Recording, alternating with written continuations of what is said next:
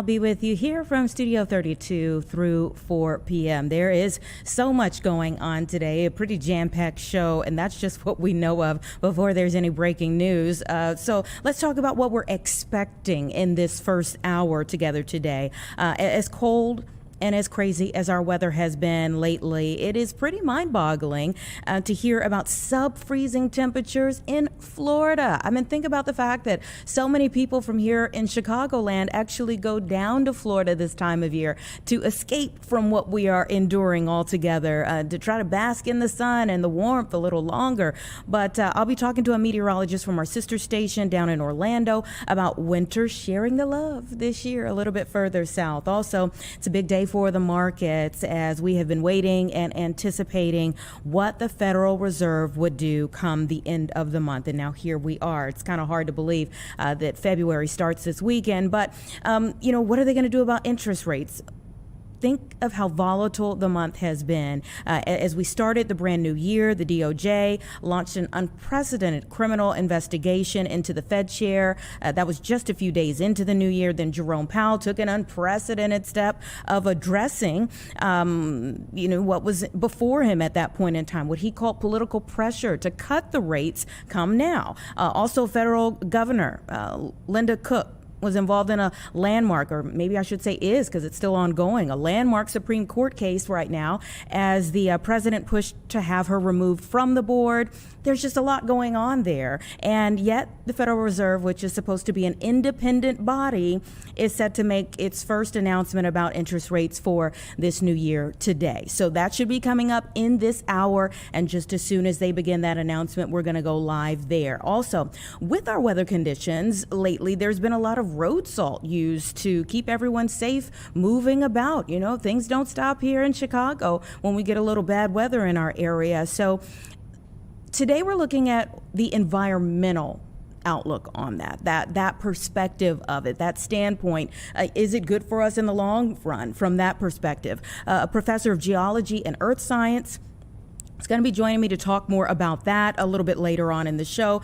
We've also got a couple of Senate hearings that we're monitoring very closely in this hour as well. If we have time, we'll try to pop into those. But first, in the midst of big discussions about access to medical care, a huge announcement that Ann and Robert H. Lurie Children's Hospital of Chicago is beginning plans to develop a pediatric hospital in the Downers Grove area. It is wonderful news, really, for those in the western suburbs, especially. Dr. Tom Shanley, the president and CEO of Lurie Children's, is here with me now. Thank you so much for your time.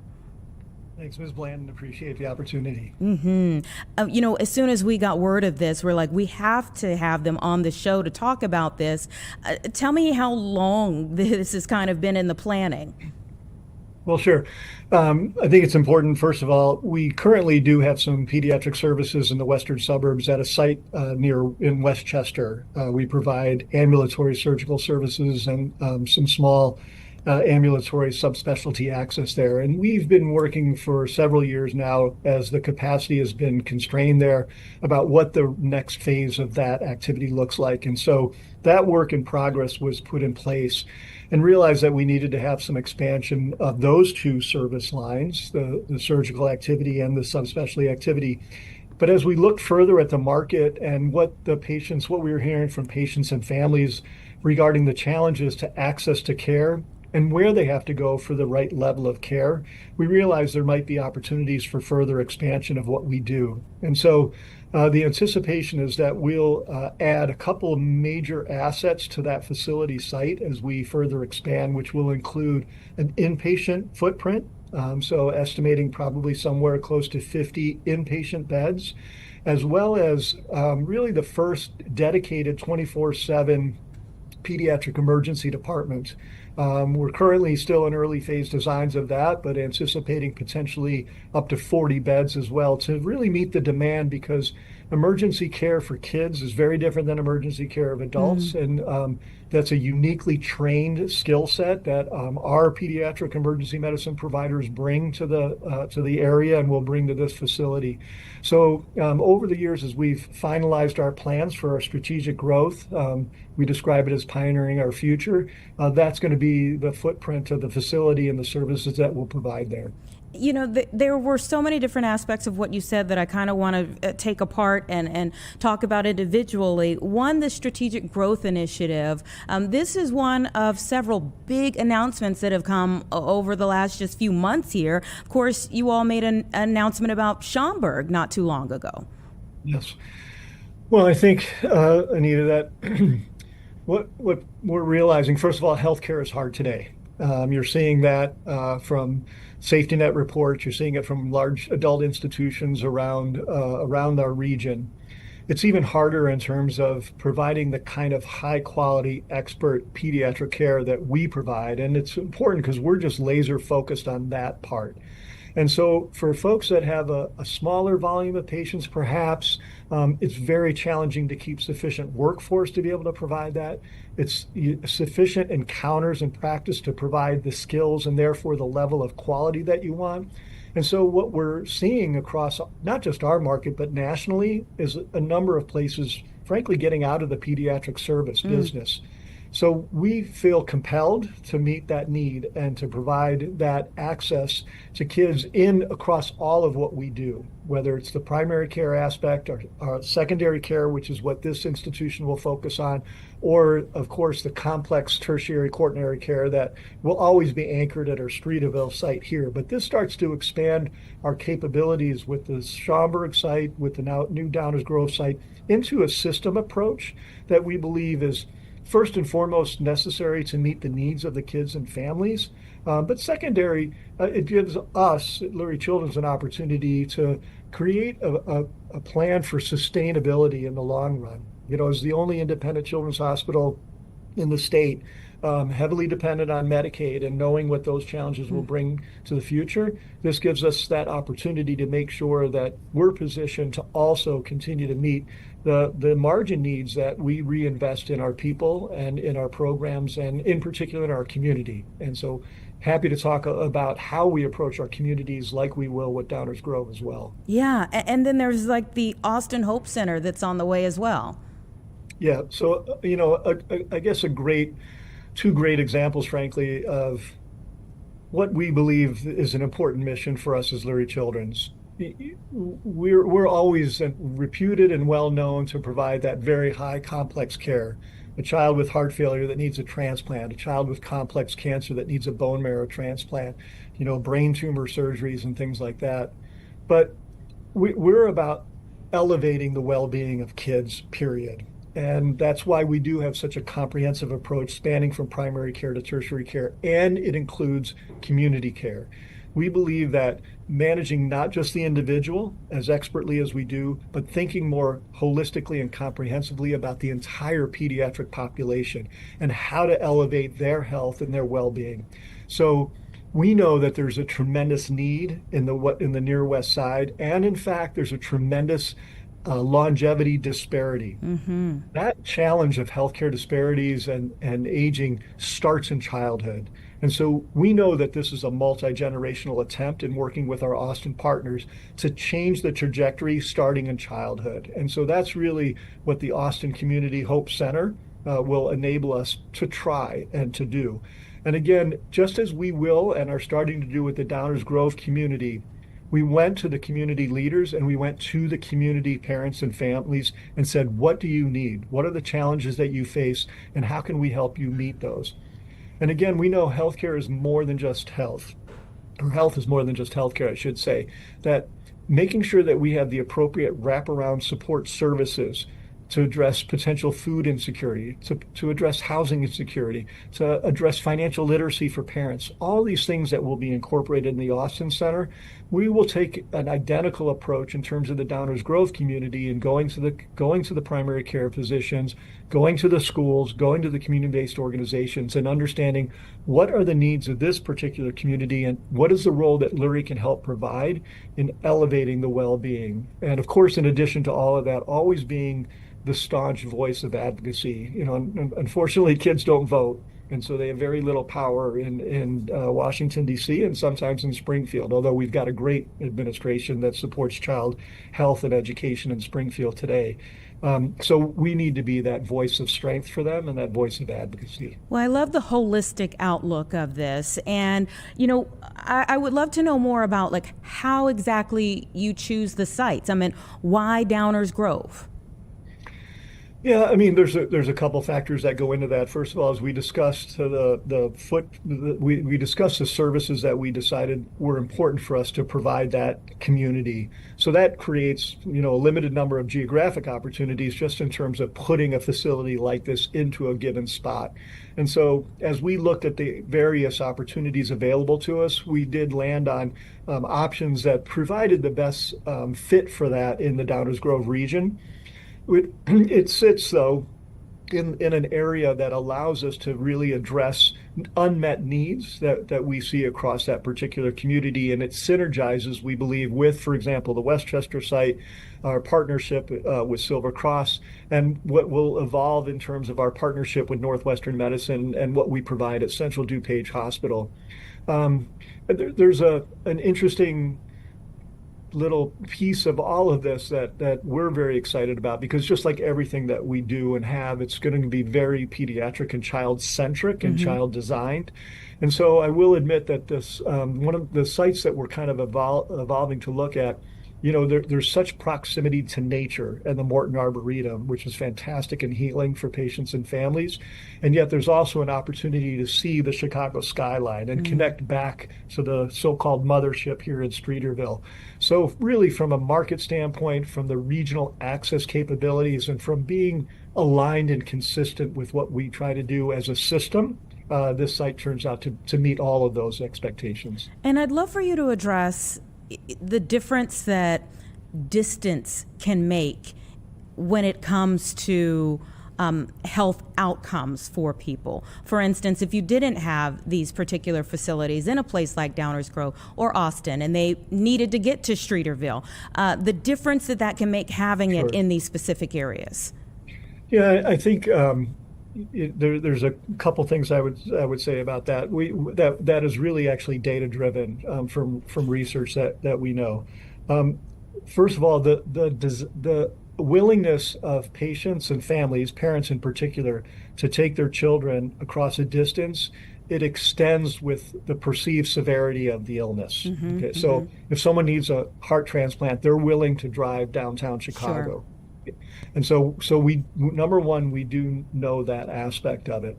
Number two, we also know that if occasionally in the consumer-driven world of healthcare choices today, convenience is a component of that. Mm-hmm. So it is more convenient for me to go 20 minutes because I don't think the care may be that different than it is to go an hour and 20 minutes for this particular problem. What we tentatively worry about with that is that if you're making kind of a judgment more on convenience rather than quality of the care that you may provide and the expertise, we feel a little potentially bothered by that tension that a patient and family may make in terms of deciding that. So we want to solve that for them. If there's an opportunity for us to be much more proximal to them and to be able to bring that high quality world class care closer to home so that they don't have to be making a decision around convenience versus quality and competency, we'd like to take that out of the equation, number one. Number two, you're absolutely right. The further you get away from your support group, your family, your extended family, your friends, your church, your school, all of those things that are crucial to the healing process of children and the eventual outcomes of them, it's better that they're closer to that system than not. And so when there's an opportunity to make sure that we can provide the necessary care for the necessary level of illness, we want that done in their community where they live, where they work, where they play, and where they learn. Well, I think the world of what you all do on a regular basis. Always love to see when you all are expanding and growing and providing more services for different people and communities. So thank you so much for taking the time out to share a little bit of the good news with us today. Thank you, Anita. Really appreciate the opportunity and always appreciate you being such a champion of our mission for us. Dr. Shanley, you take care. Thank you. Bye bye. All right. Everyone, it's about 1:15 right now. It's really great to be able to see, that new communities will have more access to the type of care that really does extend lives and save lives. So it's 1:15. We're going to take a quick break. Give us 2 minutes and we'll proceed from there.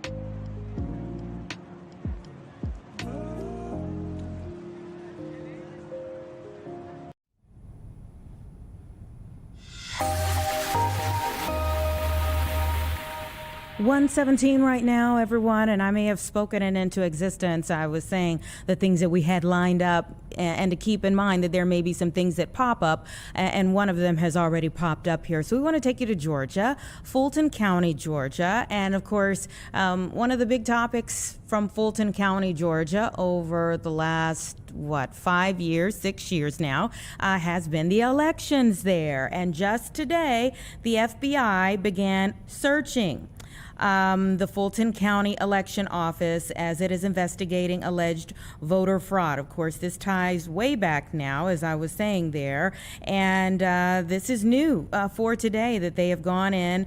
This particular office, of course, tying it back to the 2020 presidential allegations of fraud. Now, a spokesperson for the Atlanta office of the FBI says they were conducting a court-ordered activity at the Elections Operations Center. He's not saying much more in terms of details on what they were looking for, what might have been seized here. But of course, that's huge that we are still looking at this now about 6 years later. We're also monitoring several other things. The camera was kind of moving around there. We do have a Senate committee hearing that's going on right now. This is about the Palisades fires from last year. Senate Homeland Security and Governmental Affairs Committee now hearing 1 year after disaster. Experts weighing in on the Palisades fire that did so much damage in California. Let's listen into a bit of one of the fire officials as he is testifying. Decision window existed and it was missed. These failures extend beyond the fire department.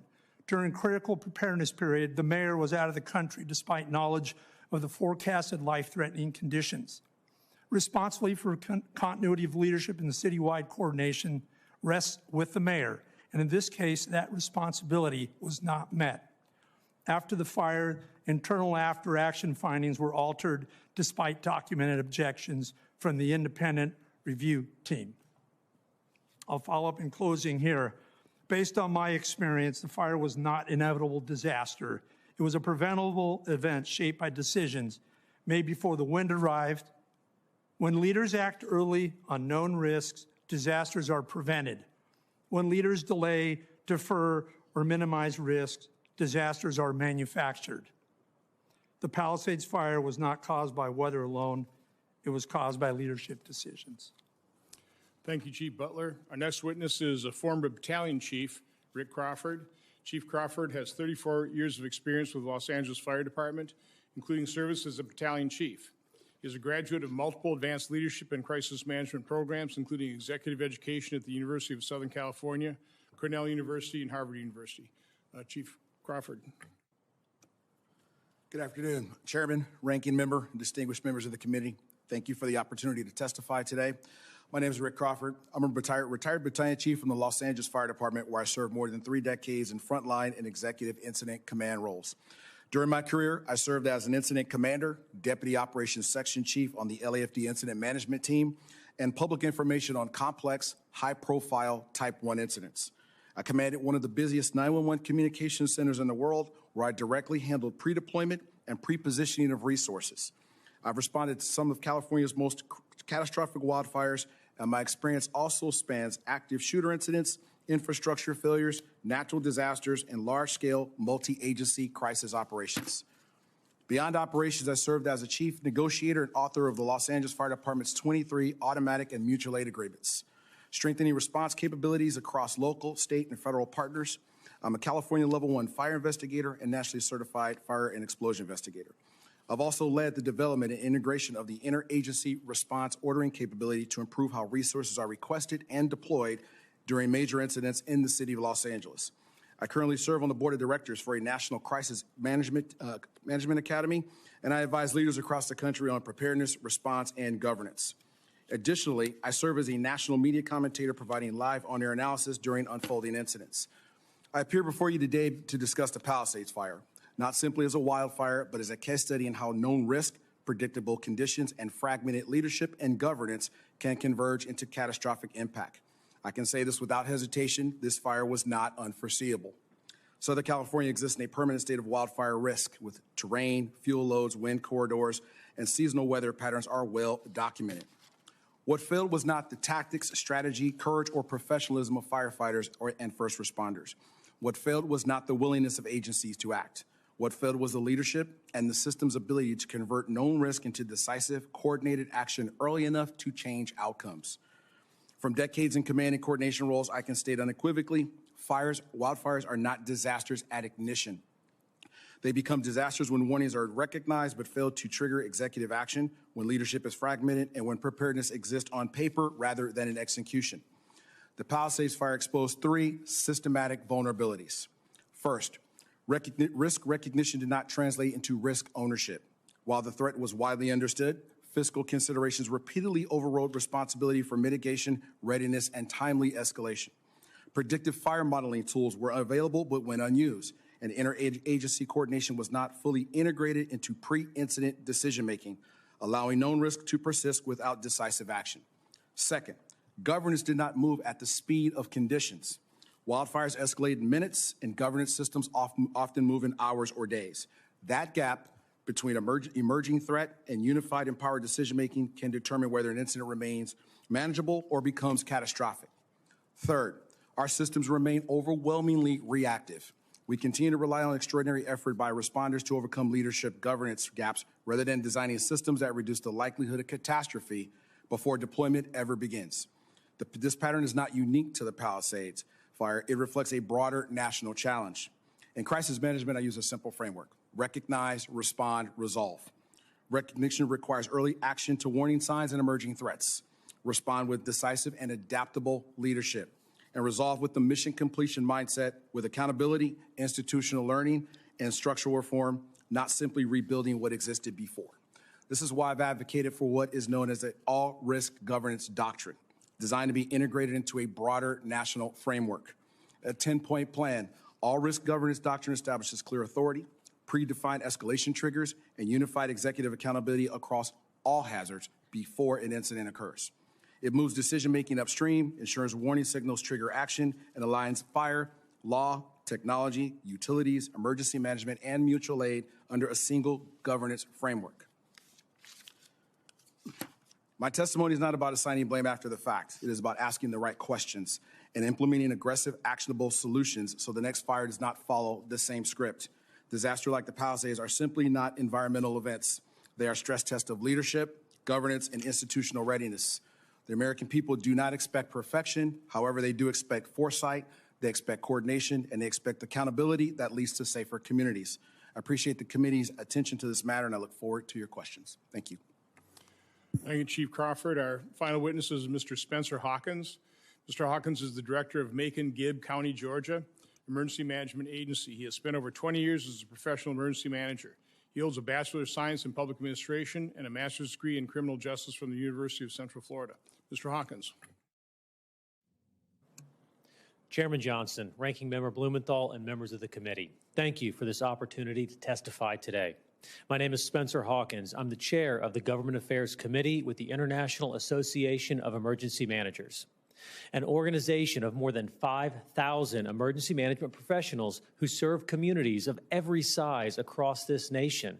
I am also a local emergency manager serving Macon-Bibb County, Georgia. Emergency management is built on a long-standing partnership that is locally managed, state-supported, and federally funded. This system has worked for decades through hurricanes, wildfires, and floods. However, local and state emergency managers are deeply concerned that the rapid shifts in federal policy and funding levels could destabilize the system. The Federal Emergency Management Agency, FEMA, provides the backbone of our national preparedness, response, and recovery efforts. Areas such as training, financial grants, response, recovery, mitigation operations are key to our holistic national emergency management posture. For decades, local emergency managers have led disaster response. States provide support for locals, and FEMA provides funding and resources. Training ensures that stakeholders who are not emergency managers, including public works, law enforcement, health officials, and many more, can operate together under a unified system. Emergency management preparedness grants provide mission-essential funding to emergency management programs. Programs like the Emergency Management Performance Grant that are not handouts. They require a dollar-for-dollar, non-federal match, meaning local governments are true partners alongside the federal government. In times of crisis, FEMA's response elements are indispensable, from coordinating incident management assistance teams and urban search and rescue to supporting the Emergency Management Assistance Compact. FEMA ensures that states can help one another when local resources are overwhelmed. FEMA also manages the Integrated Public Alert and Warning System, a mission that depends on a highly voluntary partnership with private providers, making FEMA's coordinating role essential to life safety. The recovery phase is where the federal role is most visible. During Hurricane Helene, local governments in the Southeast did everything they could, but no city or county can shoulder millions of dollars in damage alone. FEMA's assistance through the individual assistance and public assistance process was not just helpful, it was the only path to debris removal, temporary housing, and stabilizing local economies. However, as an example of the current unstable recovery environment, communities devastated by Hurricane Helene are still waiting on recovery funds from FEMA. Typically, these dollars would have already been in place to facilitate the rebuilding process. To break the cycle of disasters, we rely on mitigation and risk reduction funding. This includes everything from major infrastructure projects to small but critical efforts like vegetation management to reduce wildfire risk. Despite these successes and decades of experience working with FEMA, emergency managers across the nation feel the ground moving under their feet without enough warning. Uncertainty makes it harder to plan budgets, hire staff, and prepare residents for the next worst-case scenario. This is not an ideological or partisan issue. A shift in federal disaster support affects California residents as well as West Virginia residents equally. Disasters do not differentiate by state or political affiliation, and neither do we. IAEM urges Congress to safeguard the core capabilities of FEMA that FEMA provides to ensure any reforms to the federal role are developed in partnership with emergency managers, specifically local emergency managers, and professional organizations like IAEM, and that they are included in the collaborative process to shape the future of FEMA and emergency management funding with phased timelines and meaningful considerations on the reforms. Communities cannot turn on a dime, but with clear communications and sustained partnerships, we can meet the challenges ahead. Thank you, and I look forward to your questions. Okay, again, there we were Hawkins. listening into the Senate Homeland Security and Governmental Affairs Committee on 1 year after disaster, talking about the Palisades fire as they were speaking there, and I believe that was the last person who was going to testify, so some good timing there. The Federal Reserve Chair, Jerome Powell, has begun his announcement for today on the interest rates. Let's listen in. Into 2026 on a firm footing. While job gains have remained low, the unemployment rate has shown some signs of stabilization, and inflation remains somewhat elevated. In support of our goals, today the Federal Open Market Committee decided to leave our policy rate unchanged. Having lowered our policy rate by 75 basis points over the course of our previous 3 meetings, we see the current stance of monetary policy as appropriate to promote progress toward both our maximum employment and 2% inflation goals. I will have more to say about monetary policy after briefly reviewing economic developments. Available indicators suggest that economic activity has been expanding at a solid pace. Consumer spending has been resilient, and business fixed investment has continued to expand. In contrast, activity in the housing sector has remained weak. The temporary shutdown of the federal government likely weighed on economic activity last quarter, but these effects should be reversed as the reopening boosts growth this quarter. In the labor market, indicators suggest that conditions may be stabilizing after a period of gradual softening. The unemployment rate was 4.4% in December and has changed little in recent months. Job gains have remained low. Total non-farm payrolls declined at an average pace of 22,000 per month over the last 3 months. Excluding government employment, private payrolls rose at an average pace of 29,000 per month. A good part of the slowing in the pace of job growth over the past year reflects a decline in the growth of the labor force due to lower immigration and labor force participation, though labor demand has clearly softened as well. Other indicators, including openings, layoffs, hiring, and nominal wage growth, show little change in recent months. Inflation has eased significantly from its highs in mid-2022, but remains somewhat elevated relative to our 2% longer-run goal. Estimates based on the Consumer Price Index indicate that total PCE prices rose 2.9% over the 12 months ending in December, and that excluding the volatile food and energy categories, core PCE prices rose 3.0%. These elevated readings largely reflect inflation in the goods sector, which has been boosted by the effects of tariffs. In contrast, disinflation appears to be continuing in the services sector. Near-term measures of inflation expectations have declined from last year's peaks, as reflected in both market and survey-based measures. Most measures of longer-term expectations remain consistent with our 2% inflation goal.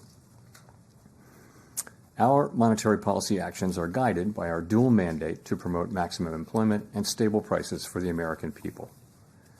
At today's meeting, the committee decided to maintain the target range for the federal funds rate at 3.5% to 3.75%.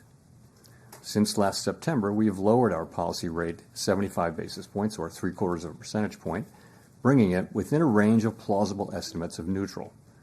This normalization of our policy stance should help stabilize the labor market while allowing inflation to resume its downward trend toward 2%, once the effects of tariff increases have passed through.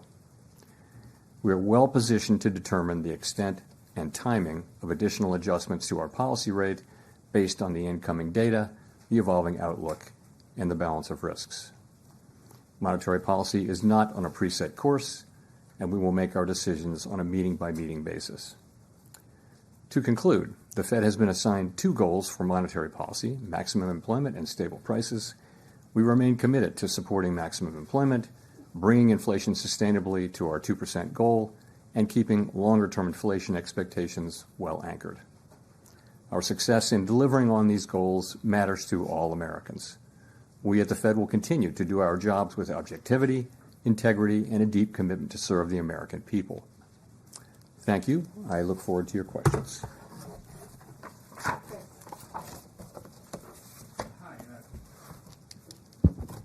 Chris Rugaber at Associated Press. Thank you. I wanted to ask that, you attended the Supreme Court hearing last week on the Lisa Cook case, and Treasury Secretary Scott Bessent criticized that as political. Can you say why you attended and what you would say in response to the Secretary's criticism? So let me start with I don't respond to comments by other officials, whoever they may be. It's just not appropriate to do that. I will tell you why I attended. I would say that that case is perhaps the most important legal case in the Fed's 113-year history. And as I thought about it, I thought might be hard to explain why I didn't attend. In addition, Paul Volcker went to a Supreme Court case famously in, I guess, 1985 or so. So it's precedented, and I thought it was an appropriate thing, and I did it. Great. And then just quickly follow on the job market. You mentioned last month that the household survey might be distorted, and you also mentioned the potential for overcounting jobs, which would suggest that we're still in a negative hiring pace. So do you see the drop in the unemployment rate as solid? And what's the basis for saying that things have stabilized? Thank you. So, yeah, really two questions. One is, so we're getting through the distortions in the data from the shutdown. However big they were in November, they're smaller in December. So we're getting to a place where they're no longer material. They're still there, but it's a tweak here and there. The reason why we changed the statement, let me pull it out, was simply it used to say that judges that downside risks to employment rose in recent months. So we saw data coming in which suggests some signs of stabilization. I wouldn't go too far with that, but some signs of stabilization. There are also some signs of continued cooling, and so we thought that was no longer an accurate description of the data. In addition, the outlook for economic activity has clearly improved since the last meeting, and that should matter for labor demand and for employment over time. So for those two reasons, we thought we would take that language out of the statement.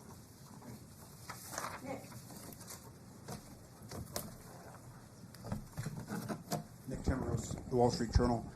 Chair Powell, you've generally avoided engaging with political controversies directly, and the video statement on January 11th was a departure. What made this different, and are you concerned it could draw the institution further into political debates? So today I'm simply going to refer you to the statement that I made on January 11. I'm not going to expand on it or repeat it. So I'm just not going to. This is really about the press conference and the economy and what we did today, and some ancillary areas. But I'm not going to be getting into that. Can you say whether the Fed has responded to the subpoenas? I have nothing for you on that today. Mike. Michael McKee from Bloomberg Radio TV. Have you made a decision on whether you would remain as a governor of the Federal Reserve? And if so, would you tell us what it is? And if not, when might we anticipate a decision? No, and I really, once again, have nothing for you on that today, that either. Why would you want to leave it all under the circumstances? Again, I don't want to get into this. It's not something there's a time and place for these questions, but not something I'm going to be getting into today. Thank you. Thank you. Claire Jones, Financial Times. Thanks a lot for taking my questions. In another one that might, lead to a similar answer. We've seen quite big movements in the dollar over recent days. What do you think is driving the U.S. currency lower? And have you been at all concerned just by the extent of the volatility we've seen this week? Thank you. So, Claire, as you probably know, we don't comment on the dollar. Really, the administration, especially the Treasury Department, has the job of oversight over the currency and exchange rates and all that. We don't comment on that. It's not our role. So I have nothing for you. But, I mean, what's your view on the market movements? I mean, what do you think behind them? Is it asset managers diversifying? Is it? Yeah, I just don't. We don't talk about the dollar. We don't talk about what moves it around. It's just not appropriate for us to do so. Really, the Treasury Department has that. It's their role, their bailiwick, and we stay off it. We do monetary policy and some other things, but we don't comment on the dollar. Sorry. Hi, Chair Powell. Neil Irwin with Axios. Obviously, no SEP in this meeting, but in light of the slight firming up of the language around growth in the labor market in the statement, should we assume that the timeline for any further rate cuts is pushed back compared to what people might have thought in December? Well, first of all, if you look at the incoming data since the last meeting, clear improvement in the outlook for growth. The data have come in, and sentiment, the Beige Book, everything comes in suggesting that this year starts off on a solid footing for growth. Inflation performed about as expected, and as I mentioned, some of the labor market data came in suggesting we're evidence of stabilization. So it's overall a stronger forecast, really, if that's your question. I'm not sure I answered your question. But in terms of timing or pacing of any additional easing? So we haven't made, what we'd say about this was that after this meeting, after the 3 recent rate cuts, we're well positioned to address the risks that we face on both sides of our dual mandate, and we'll continue to make our decisions meeting by meeting based on the incoming data, the implications for the outlook and the balance of risks. Haven't made any decisions about future meetings, but the economy is growing at a solid pace. The unemployment rate has been broadly stable, and inflation remains somewhat elevated. So we'll be looking to our goal variables and letting the data light the way for us.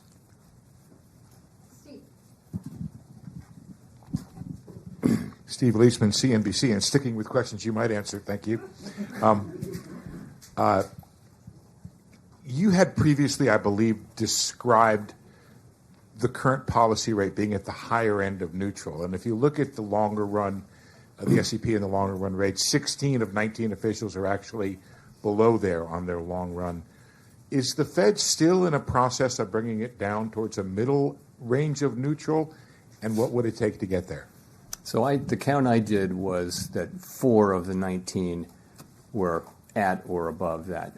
Maybe I missed by 1, but I thought it was 4. And if you look at the dealer survey, it was 10 out of 58 where we're at or above. So you're right. It's the higher end of the range. What we say is it's within the range of plausible.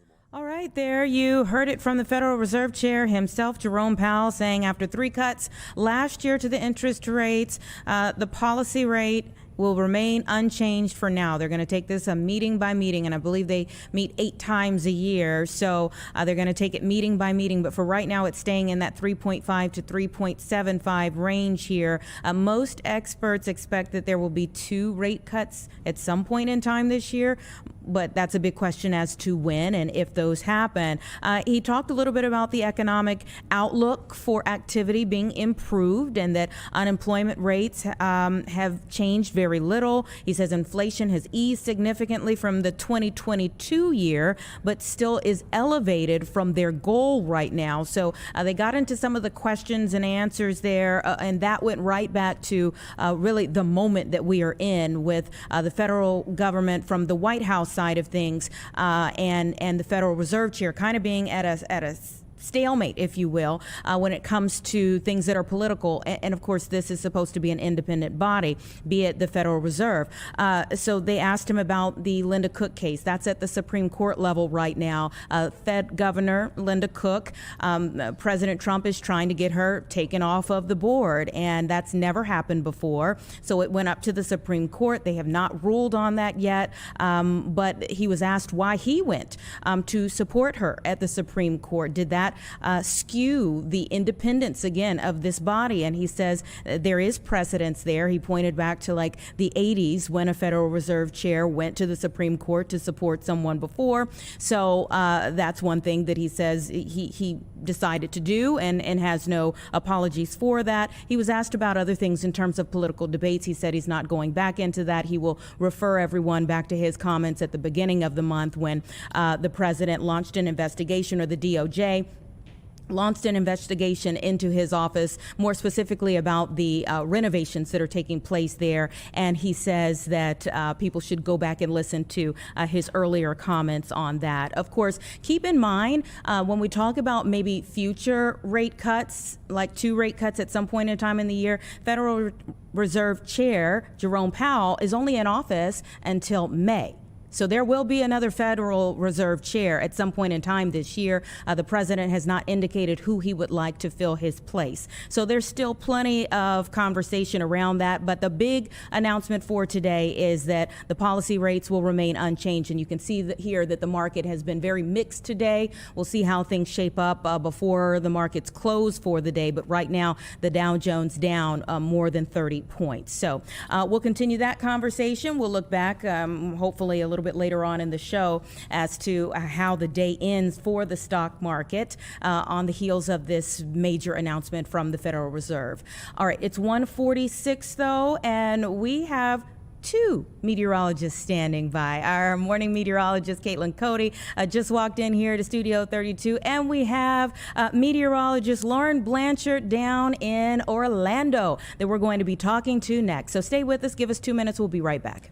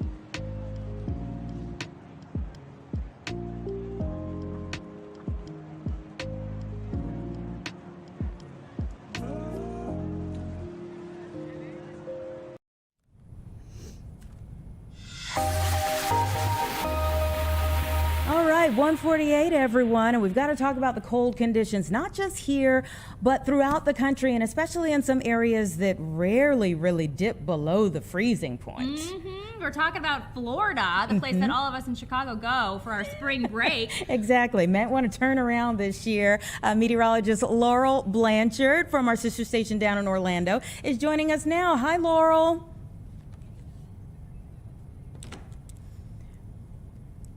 Doing well. Glad to have you here on the show and to be able to have this conversation because, as she said, you know, usually people want a vacation this time down there. We might have some second thoughts this year. So what's going on? I heard iguanas are falling from the trees.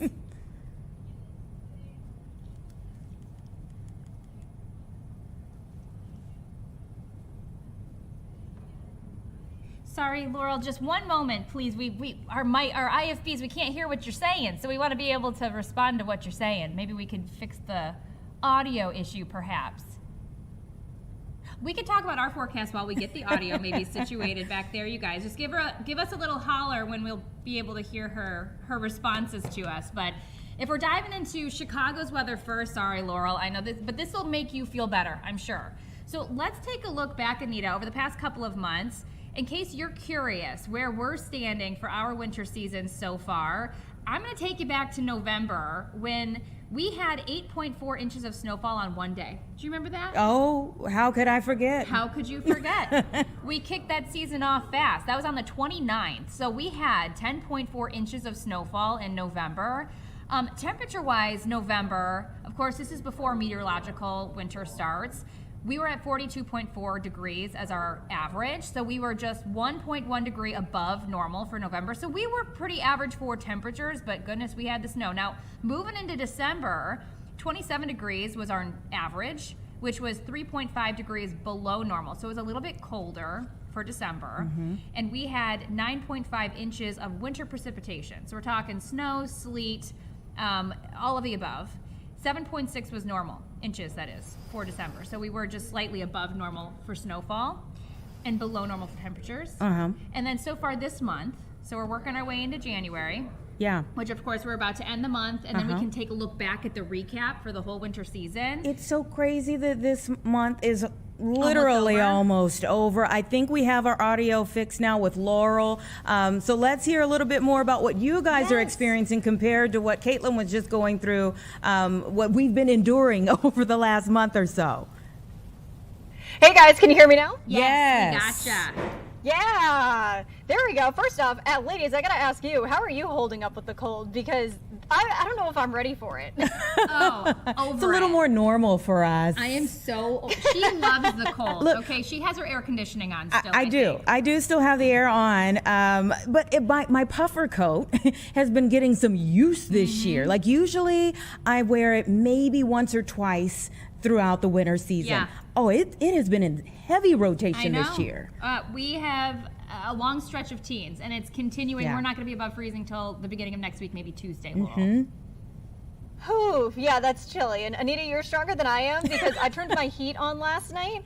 We hit 32 degrees in Orlando last night, so literally freezing temperatures. But I know you guys said before we had a little bit of a technical malfunction that this is where you guys come for your spring break. So I do want to bring you in at least a little bit of that taste of that spring break. So here's a live look at the beach right now. It is beautiful outside, but it was chilly this morning. And last week, as you guys were experiencing snow and cold, we were experiencing a beautiful 87-degree day, and now we're going to get a little bit of Chicago weather. Taking a look at this weekend, we're going to be seeing wind chills at 12 degrees, so it is really going to be chilly out there for sure. So a little bit of a taste of Chicago weather. I'm a Boston girl originally, so I'm no stranger to the cold, but I am already freezing, I have to say. I feel like the Florida blood kind of snuck in a little bit sooner of what I expected, and I didn't bring any cold gear. I didn't think I needed it, so it is now overnighted from home to Florida to cover the cold. You're like, I thought I left that life behind.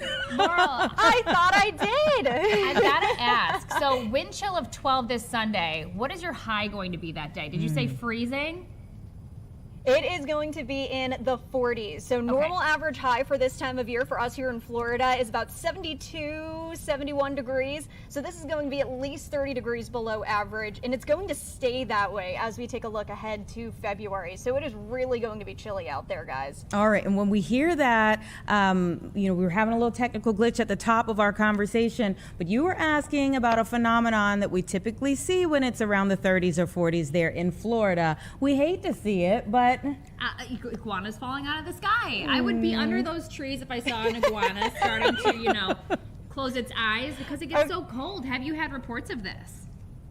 So usually in Central Florida, we sometimes see them every once in a while, but it is mainly a Southern Florida thing. But when you see it the first time, it's a little scary. I have to say, you genuinely think they're they're dead because they get so cold stunned. And I feel like a lot of Floridians are going to be like the iguanas. They're going to be a little cold stunned as well.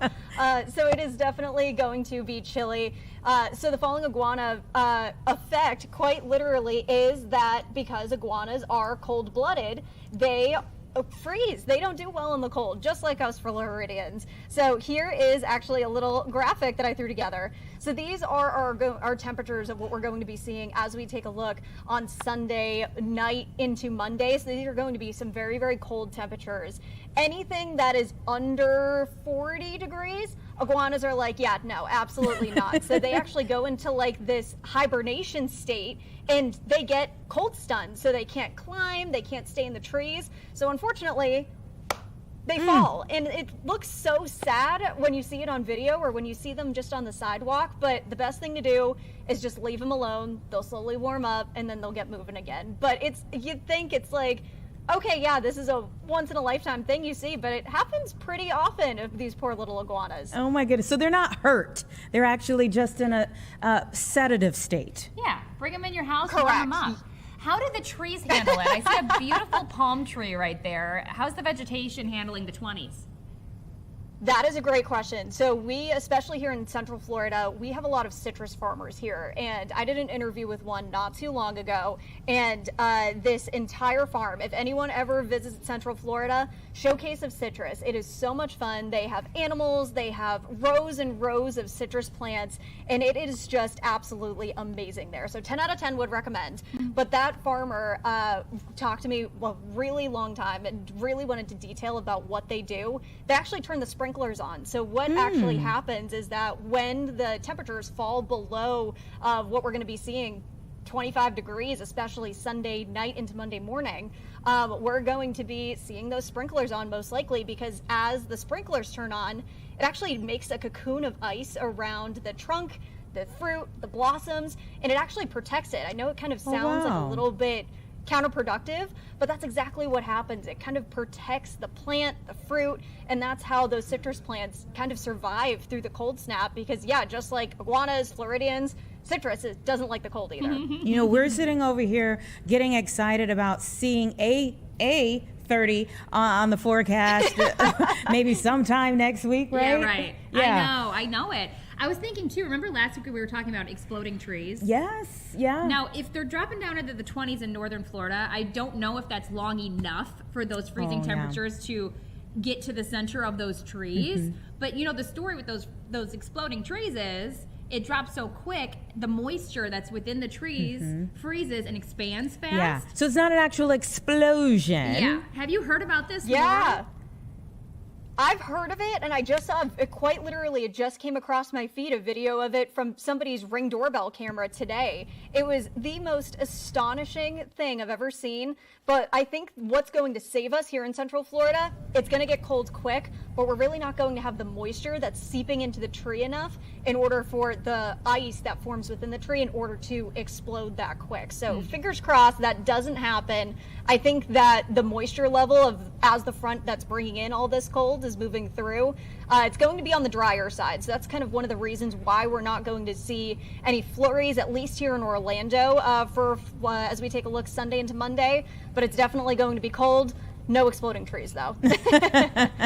I'm sure you've got falling iguanas. You've got enough to deal with. So we want to ask you. That's all I need to forecast. Yeah, a couple more questions here before we let you go. One, what do people do with, like, say, their outdoor areas, the pools? Are they just putting a tarp over it for now and hoping, you know, maybe in a week or two they'll be back to sunny days and being able to dip their toe in at least? Well, ladies, I got to be fully honest. So back earlier this year, I just bought my first home, and I did so much yard work over this past weekend. And you'd think the meteorologist would pay attention to the temperatures. No, of course not. I did so much yard work, planted brand new plants, and I had to go and cover them all up with beach towels and make sure little stones were covering all the towels so the wind wouldn't blow it away.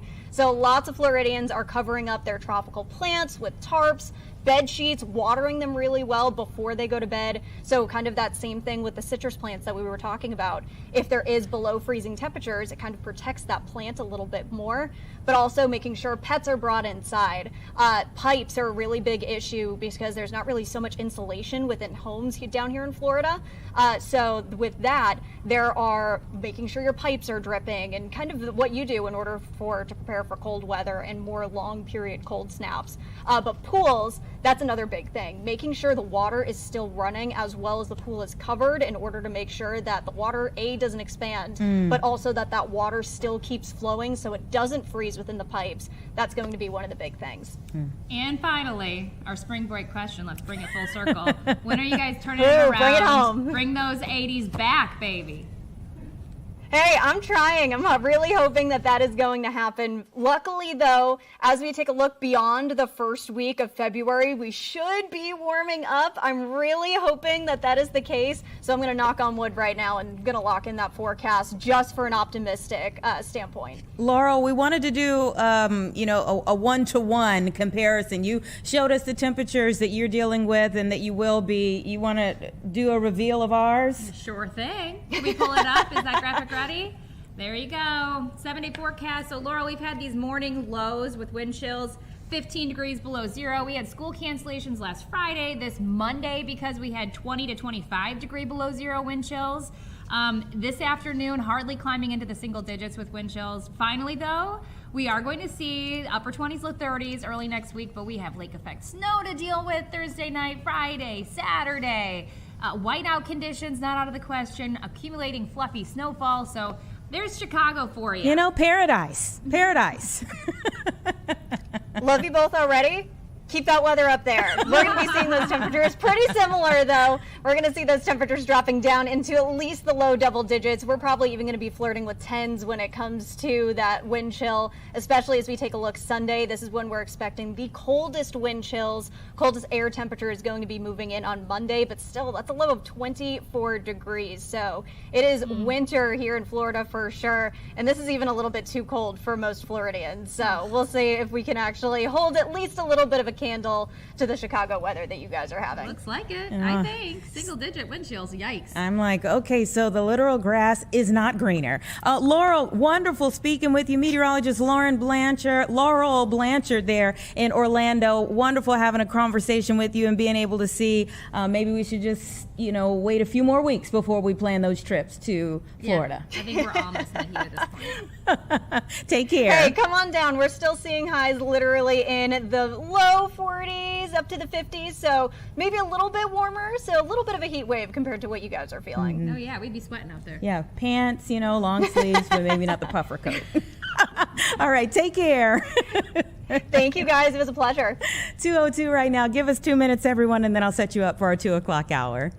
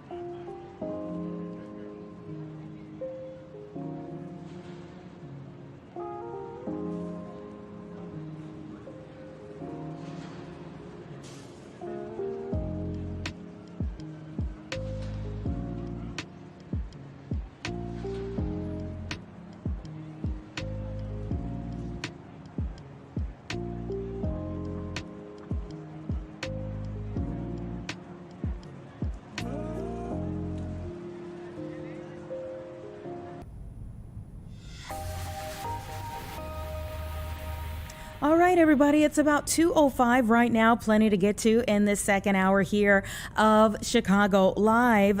We are going to talk a little bit more about the weather. Wasn't that fun having a conversation, being able to see what was going down in Florida, what they have been enduring as we've had our temperatures here with our meteorologist from our sister station, Laurel Blanchard, and Caitlin Cody coming up here as well. We'll have to do that again sometime, but we're going to talk a little bit more about, how things have been shaping up, what we can expect moving forward here in Chicagoland. Also, we're going to get reaction from Bankrate about the Federal Reserve's big announcement today that they are leaving the interest rates unchanged. It was not a shocker. It was pretty much anticipated that we likely would not see a change today. But of course, the political debate goes round and round about what that may mean moving forward. And then we'll also be able to talk with a Paralympic hockey player. I've been looking forward to this conversation. We have such talented people here in our area that are doing all kinds of wonderful things, and it's just really awesome to be able to see them at the height of their careers and know that they came from right here. And so we'll be able to have one of those moments very soon, because we're going to talk with this young man coming up shortly about his journey getting to the Olympics. But first, you could maybe see this one coming. The more we talk about AI chatbots and the relationships that people begin to form with them, the frequency that people have been chatting with them over time, that now there are discussions about chatbot psychosis. It's a thing. Dr. Yu Zhang is an assistant professor of general psychiatry at Northwestern University Feinberg School of Medicine and at Northwestern Medicine. Thank you so much for your time.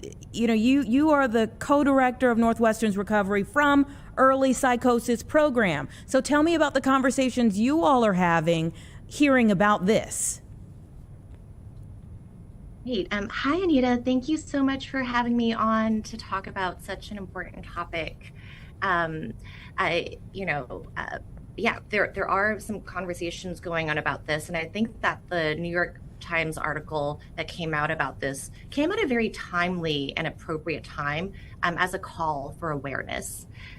So I want to introduce myself as a psychiatrist with a special interest in working with individuals who have experienced psychosis or that break with reality. In particular, my colleagues and I in Northwestern Medicine's Recovery from Early Psychosis program work holistically with young adults with psychotic disorders to get them back on their feet, pursue goals related to school, work, having fun, having friends, and overall living a full and fulfilling life. So as someone who specializes in working with young people as they launch into adulthood, I think it's very important to be aware that many people, especially teens and young adults, use AI chatbots for things like emotional support. To explain why, I want to preface this by saying, as humans, we are genetically programmed to be social creatures, and that comes with craving support and validation as positive social cues, right? We all want to be seen. We all want to be heard. We're all drawn to positive social interactions. And for some time now, AI chatbots have been so good that they feel just like talking to another human, right? And they can get to know you and adapt themselves to your preferences. So knowing this, it's not hard to see how the very personalized validation and support that can come from a chatbot that knows us well would feel very good. And so good that the chatbot becomes a big part of how we live our life and make decisions. We might feel emotionally connected to the bot. And for some, it can in fact be very addictive.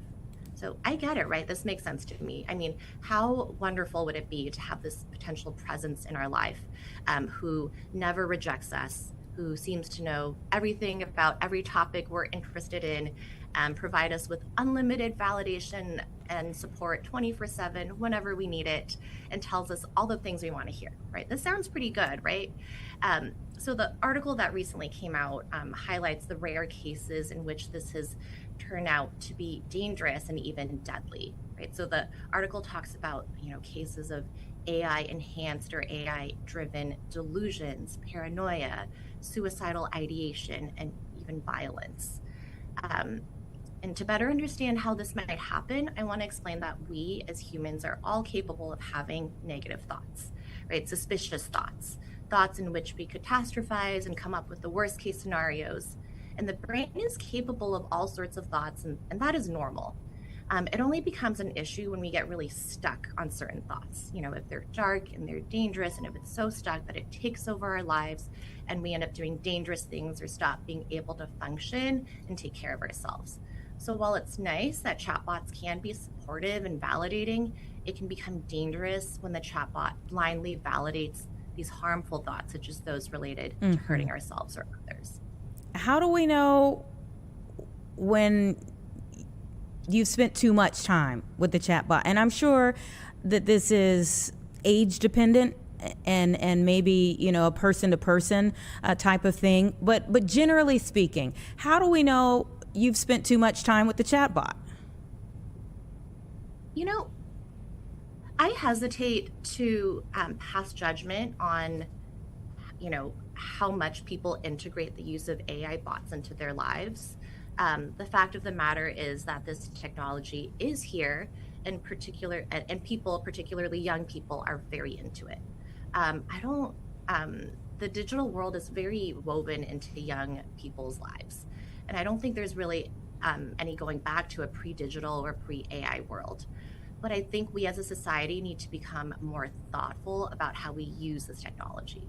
Right? So how can we best interact with a chatbot so it gives us content that is truly helpful for us?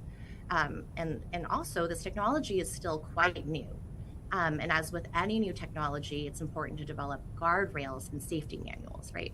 So it seems that some of these first cases of AI-enhanced delusions or suicidal ideations may have been the result of, well, the equivalent of giving people cars first and then traffic signs later.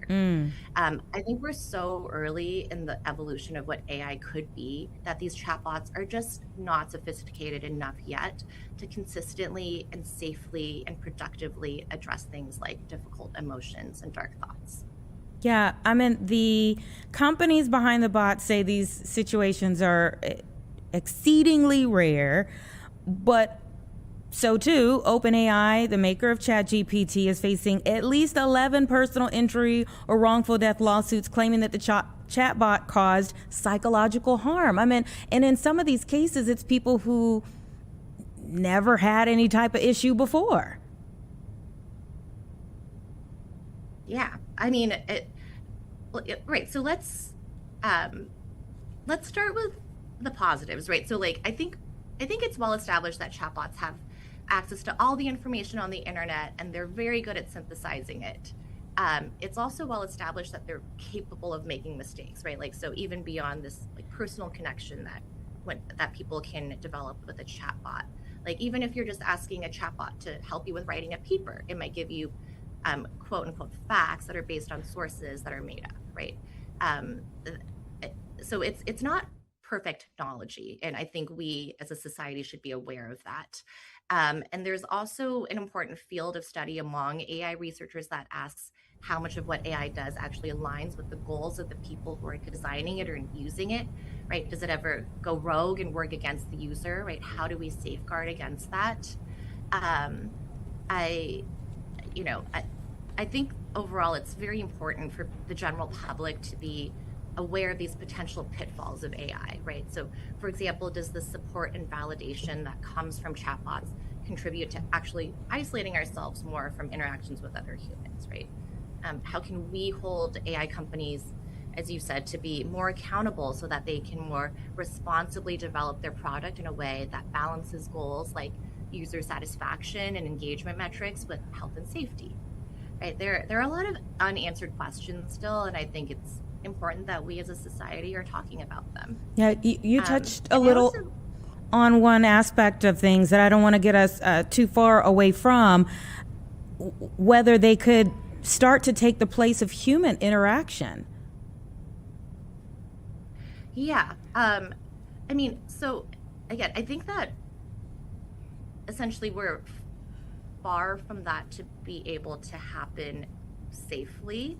And I think there is risk, right, of like removing ourselves from our norm, like the our social network, right? It's healthy for us to have a social network of real humans that we interact with regularly, right? So if the AI chatbot is taking us away from that, I mean, that is a potential risk that I think people should be aware of. But if we're talking about the use of AI chatbots, for example, in a truly like a therapeutic setting, right? Like, for example, like a therapy bot, there are some very smart people out there who are working on this. And I think if that were to be something that were actually able to be like developed and rolled out safely, that would actually address a lot of unmet need in the field of mental health, right? If you've ever had the pleasure of looking for a psychiatrist or therapist for yourself or your loved one, then you might be aware of the issues of like wait lists and difficulty with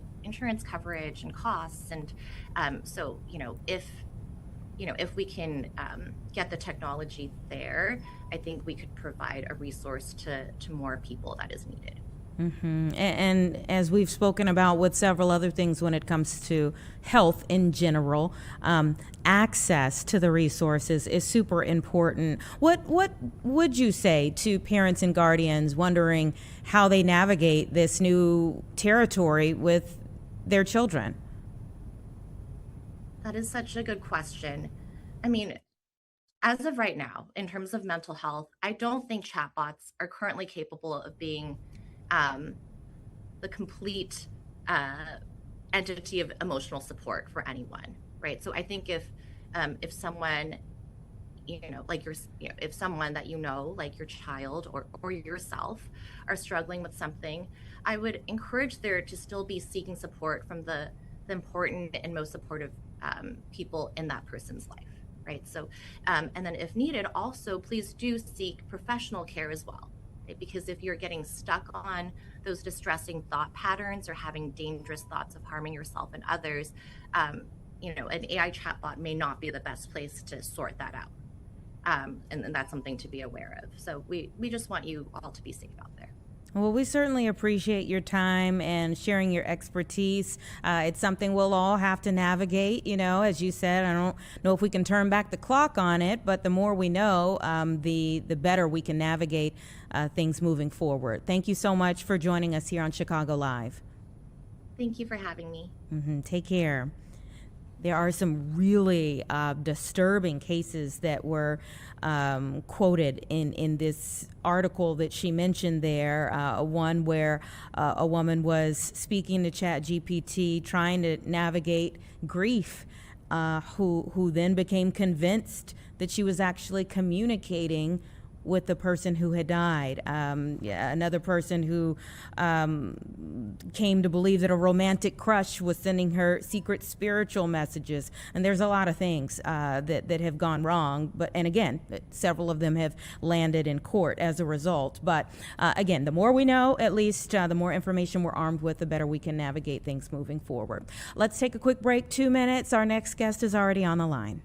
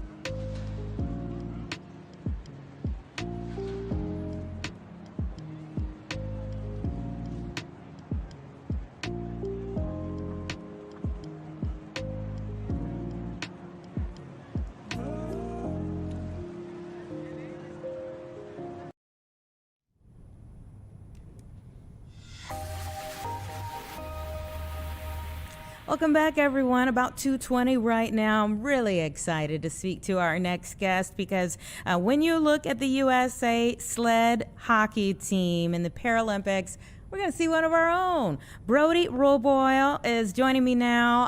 Thank you so much for your time, Brody.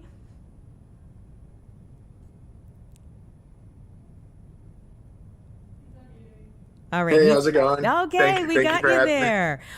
Sorry. No, we are honored to have you here on the show. Congratulations on being selected. Thank you so much. I really appreciate it. Tell me about what it means to you. Oh man, it means the world. Being a part of this team, this could be my fourth Paralympics, and just being able to represent the U.S. with this great group of guys is really amazing. Brody, I need to know about how you got to this level. A lot of people dream of it. You're realizing it. How did you take your journey?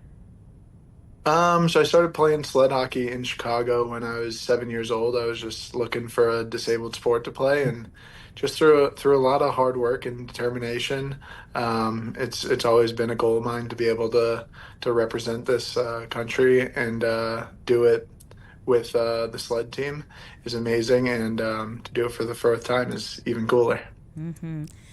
Tell me about the influence that has really all of your success. I mean, this is just the next layer of it, but your success has had on other young athletes who may be the next Paralympian. Yeah, I mean, that's just what our team is all about is leaving the game better than it was when we started, and being able to inspire the youth, the next generation coming up who are going to be great sled hockey players is truly what it's all about. That's how I got started. I saw some older guys and women playing sled hockey, and it just inspired me seeing what they could do out there, and I knew I wanted to be a part of it. Mm-hmm. What were the challenges that you faced along the way? I mean, there's tons of challenges. Being an elite athlete, being an elite athlete with a disability could be even more difficult, but it's all about having a great support system and a great group of people behind you that support you the whole way through. So, I mean, on many different levels, just getting to the point of being one of the best in the world is it takes a lot of hard work, and I think that's what the biggest challenges have been is just keep getting better every day. Yeah. What are some of the things you have to sacrifice? I mean, I think whenever I hear of athletes who have gone to the top levels of whatever sport they're in, I always love hearing about the things that they had to kind of forego in order to get there. Like I look at Simone Biles. She's here in Chicago now, and whenever she talks about the freeing feeling that she has now, kind of being on the other side of gymnastics, it speaks a lot of the things that she had to sacrifice along the way. Yeah, I mean, right now I'm out in Colorado. I had to move out here to train with the team. We're out here for 2 months in preparation for the games. That's sacrifice, being away from friends and family back home. But then it's like a lot of the little things, not going out to eat when you want to, not going out to have fun with friends. It's all about just getting better every single day to give ourselves the best chance of getting another gold medal, and it's really all worth it in the end. So the sacrifices are tough, and like you said, Simone says after you're done, it's all worth it, and it's fun, but it is a lot while you're in it. Mm-hmm. Yeah. How do you motivate yourself to keep going forward when you do hit those hard days? I think it's just all about creating a legacy. Like what we have going here with USA Hockey and Paralympic sled hockey is just amazing. This will be a fifth gold in a row when we get it done. So I mean, just that motivation of adding another one is really kind of all you need. And it's easy when you have a great group of guys like we do. All 17 of us are so dedicated, and we all have the same goal. So you look to the guy to your right and left in the locker room, and you know, like, this is all going to be worth it when it's done. Mm-hmm. let's give a shout out to some of the locations where you practiced before you got big. Tell us a little bit about like where you came up, where people can look back and say, oh, I saw him when he was little. So the rinks I primarily skated at when I was younger was the Edge in Bensonville. Down in Chicago, I would skate at like the rec center, and then Mount Prospect. I did a lot of skating too, and really I owe it to all of them giving me ice time.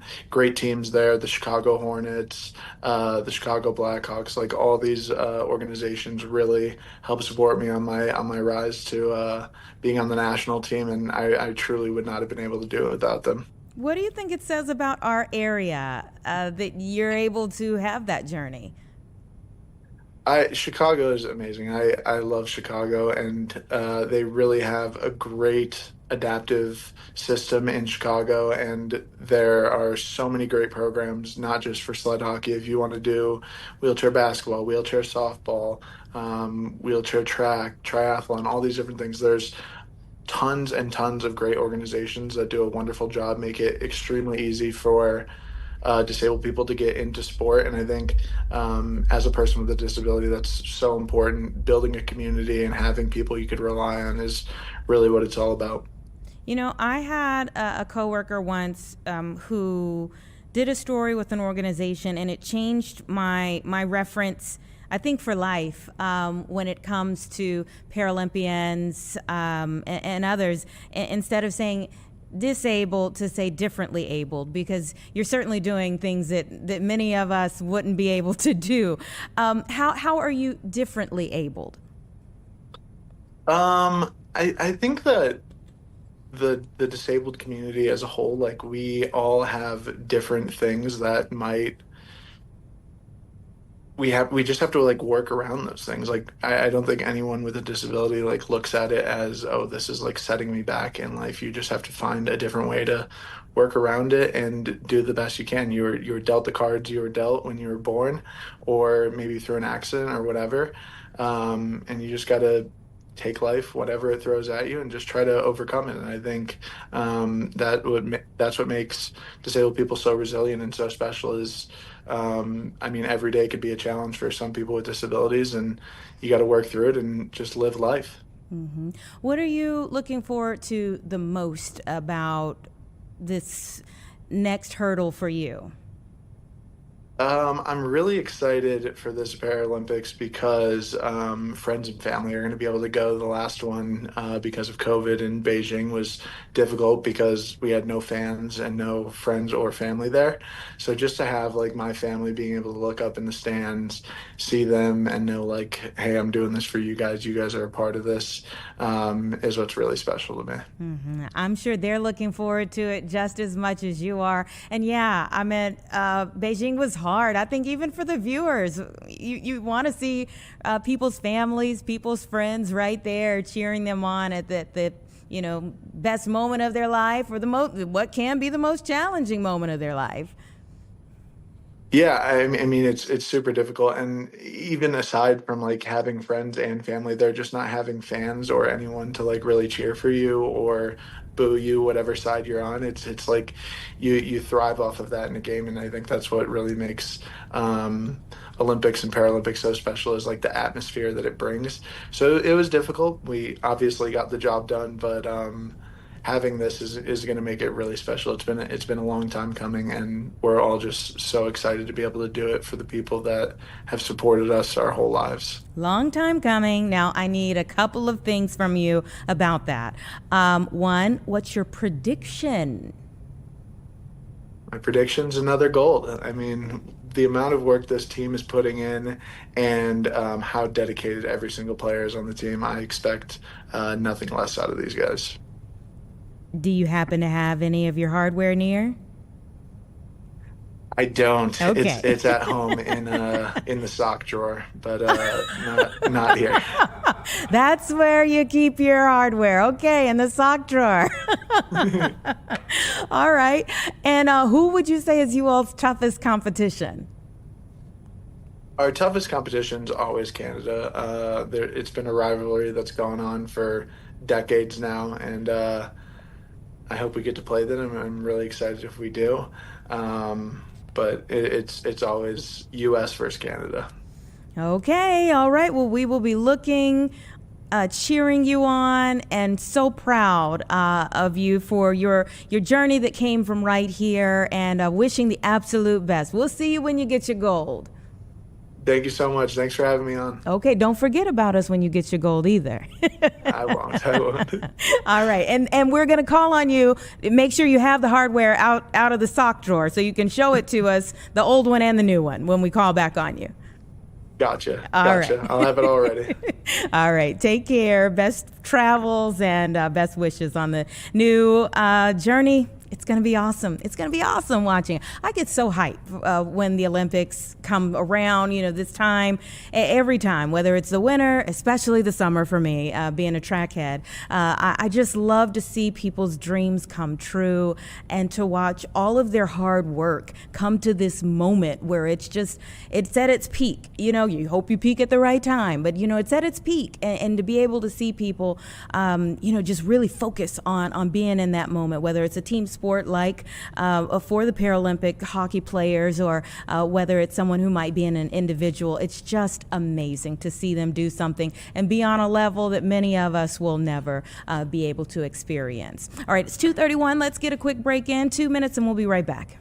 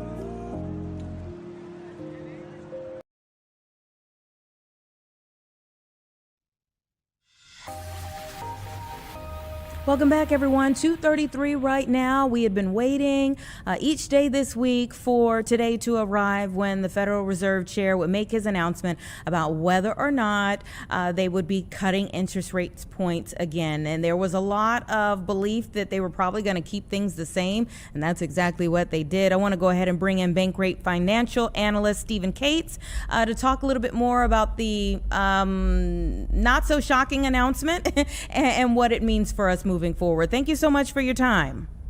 My pleasure. All right. So what was your reaction to hearing the Federal Reserve Chair say that he was keeping the rates the same? So it wasn't a big surprise that rates stayed the same. That's been the nearly universal expectation coming into this meeting, almost from the end of the last meeting. I think what was a little bit surprising is some of the wording that Chair Powell used in the press conference He was, in my opinion, more optimistic about the economy than I expected. He used words like, we're on a solid footing. I think that where we are coming from in terms of some concerns about stagflation throughout the last half of 2025, concerns about slowdowns in the labor market, concerns about inflation, some of those concerns seem to be disappearing a little bit from the Fed's perspective. Now, they were not in any way celebrating that we have succeeded. It's not time to hang the mission accomplished banner, but they were more, it seems, more satisfied with the position we're in today and the position that we're going to be in the next few months than I expected. Yeah, I took note of that too. When he said, that the outlook for economic activity has improved and inflation eased significantly from at least, 2022 when it was really shaky for us. So what do you think people at large, writ large, should be taking from today's announcement? Well, for the average person, the day-to-day changes, aren't going to be all that impactful. The Federal Reserve not changing interest rates means that short-term borrowing rates for loans, variable interest rates, something like a home equity line of credit, they're not going to change. Savings yields on high-yield savings accounts and CDs, they're not necessarily going to be trickling down. And so, we're a bit in stasis at the moment on a lot of consumer debt and savings products. So nothing has changed. If you were planning to buy a home next month, this doesn't change anything. If you're planning to buy a car, this doesn't change anything. I wouldn't encourage anybody to go out and buy a car or buy a home simply because nothing is changing. But your plans that you've already made and already planned for, already are able to afford, should not be interrupted in any way by this move. Mm-hmm. And we ended up having 3 cuts last year. The Fed, they meet 8 times a year, correct? Correct. So I was reading that experts expect 2 possible rate cuts this year. What's your thought? Are you among those experts or you have a different viewpoint?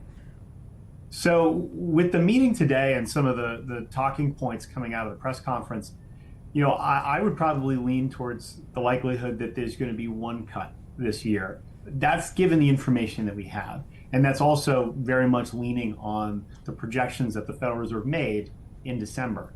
All of that can change. We're going to have to watch and see what the economic data actually bears out. The other thing to consider is that there's going to be a new chairperson coming in just in Q2. So Chair Powell may or may not stay on as a governor, but he will step down as chair. What that means is that somebody new is going to be kind of marshaling the committee, but they still only have 1 vote. So it isn't likely that any single person, including the chair, can muscle the committee towards lower interest rates if the data isn't supportive of it. But at the same time, the person in charge does have quite a bully pulpit. Now, you use the term muscle, and that is how the Federal Reserve feels the White House has treated him and his board over the last year at least. Do you feel like the pressure on them, Linda Cook is still in the Supreme Court case. We don't know where the DOJ investigation into Jerome Powell is going to go, but do you feel like that muscle, the pressure on them, will affect at some point in time what we see? I don't necessarily think so. And Chair Powell, to the best of his ability, I think tried to sidestep as many of those political or legal questions as he could. But what he did say is that he has confidence in the Fed's ability to maintain independence and maintain the confidence of the American people, that they are working hard to do what they can, to the best of their ability to support what is best for the economy and best for individual Americans. And he said that he and his colleagues are committed to that. I don't think that he has any belief that, any threats to independence are existential. And I think in some ways he expects that whoever sits in the seat is going to carry the responsibility of that chair with responsibility, I guess. And we haven't heard a peep really from the president about who that next person could be? Are you hearing any rumblings about somebody that might be a favored individual to get that seat? It's hard to predict. Ultimately, you could look at the prediction markets, but they have been yo-yoing back and forth across varying people as who is in the lead. And it's just as likely that they could change tomorrow as they did change, over the last week. So, the four that are probably most likely to get the nod, unless someone else gets introduced, is Kevin Hassett, Christopher Waller, Kevin Warsh, or Rick Reeder. And frankly, I think it's a toss-up. And Kevin Hassett has a personal connection to President Trump. Do you think it will be hard for the Federal Reserve to keep its independence over time? I don't think so. I think that the Federal Reserve's role within our monetary system, is very important. They are, a leader within the global financial community. Other central banks look to the U.S. As a whole and the Federal Reserve in the U.S. As a very important voice in how policy should be conducted and in how financials should be managed. So that is a big responsibility for somebody to carry. I think that when you sit in that seat, and whoever that is going to be, is going to carry that responsibility, with an eye towards history, with the fact that they have to do what is right for the American people. They're responsible to Congress, not to the president.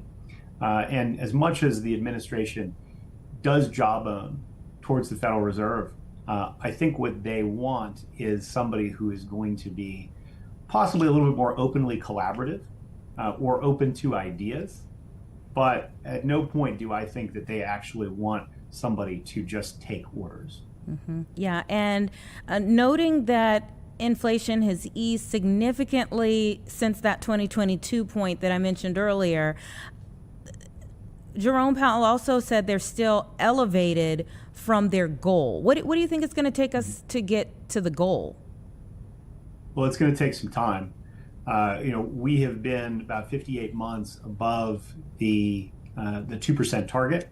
It's using the Federal Reserve's own projections. It's going to take at least a year or two to get back to that 2%. Now, we've made some meaningful progress from where we were, 3% down to headline CPI is about 2.7.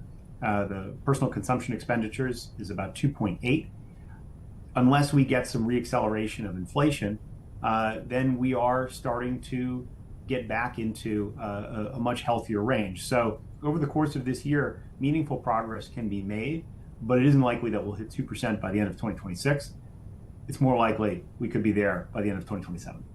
Long range goal. All right. Thank you so much. I appreciate you coming on the show today, Stephen. My pleasure. Have a good day. All right. You take care. It's about 2:43, everyone. We're going to take a 2-minute break and we'll be right back.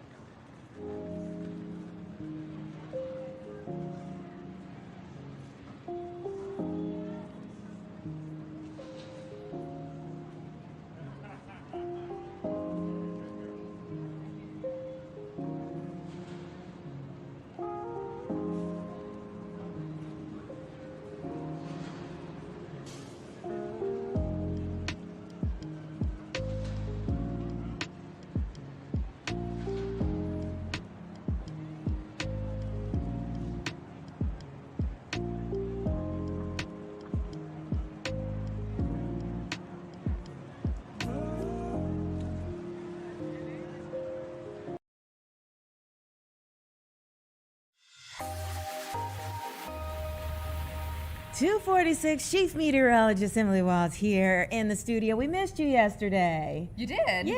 I haven't been full of good news recently, so I'm a little surprised. There's that. Yeah. But, you give us an outlook of maybe when brighter days are going to come our way. I do try to bring a little bright light there. And I have one today.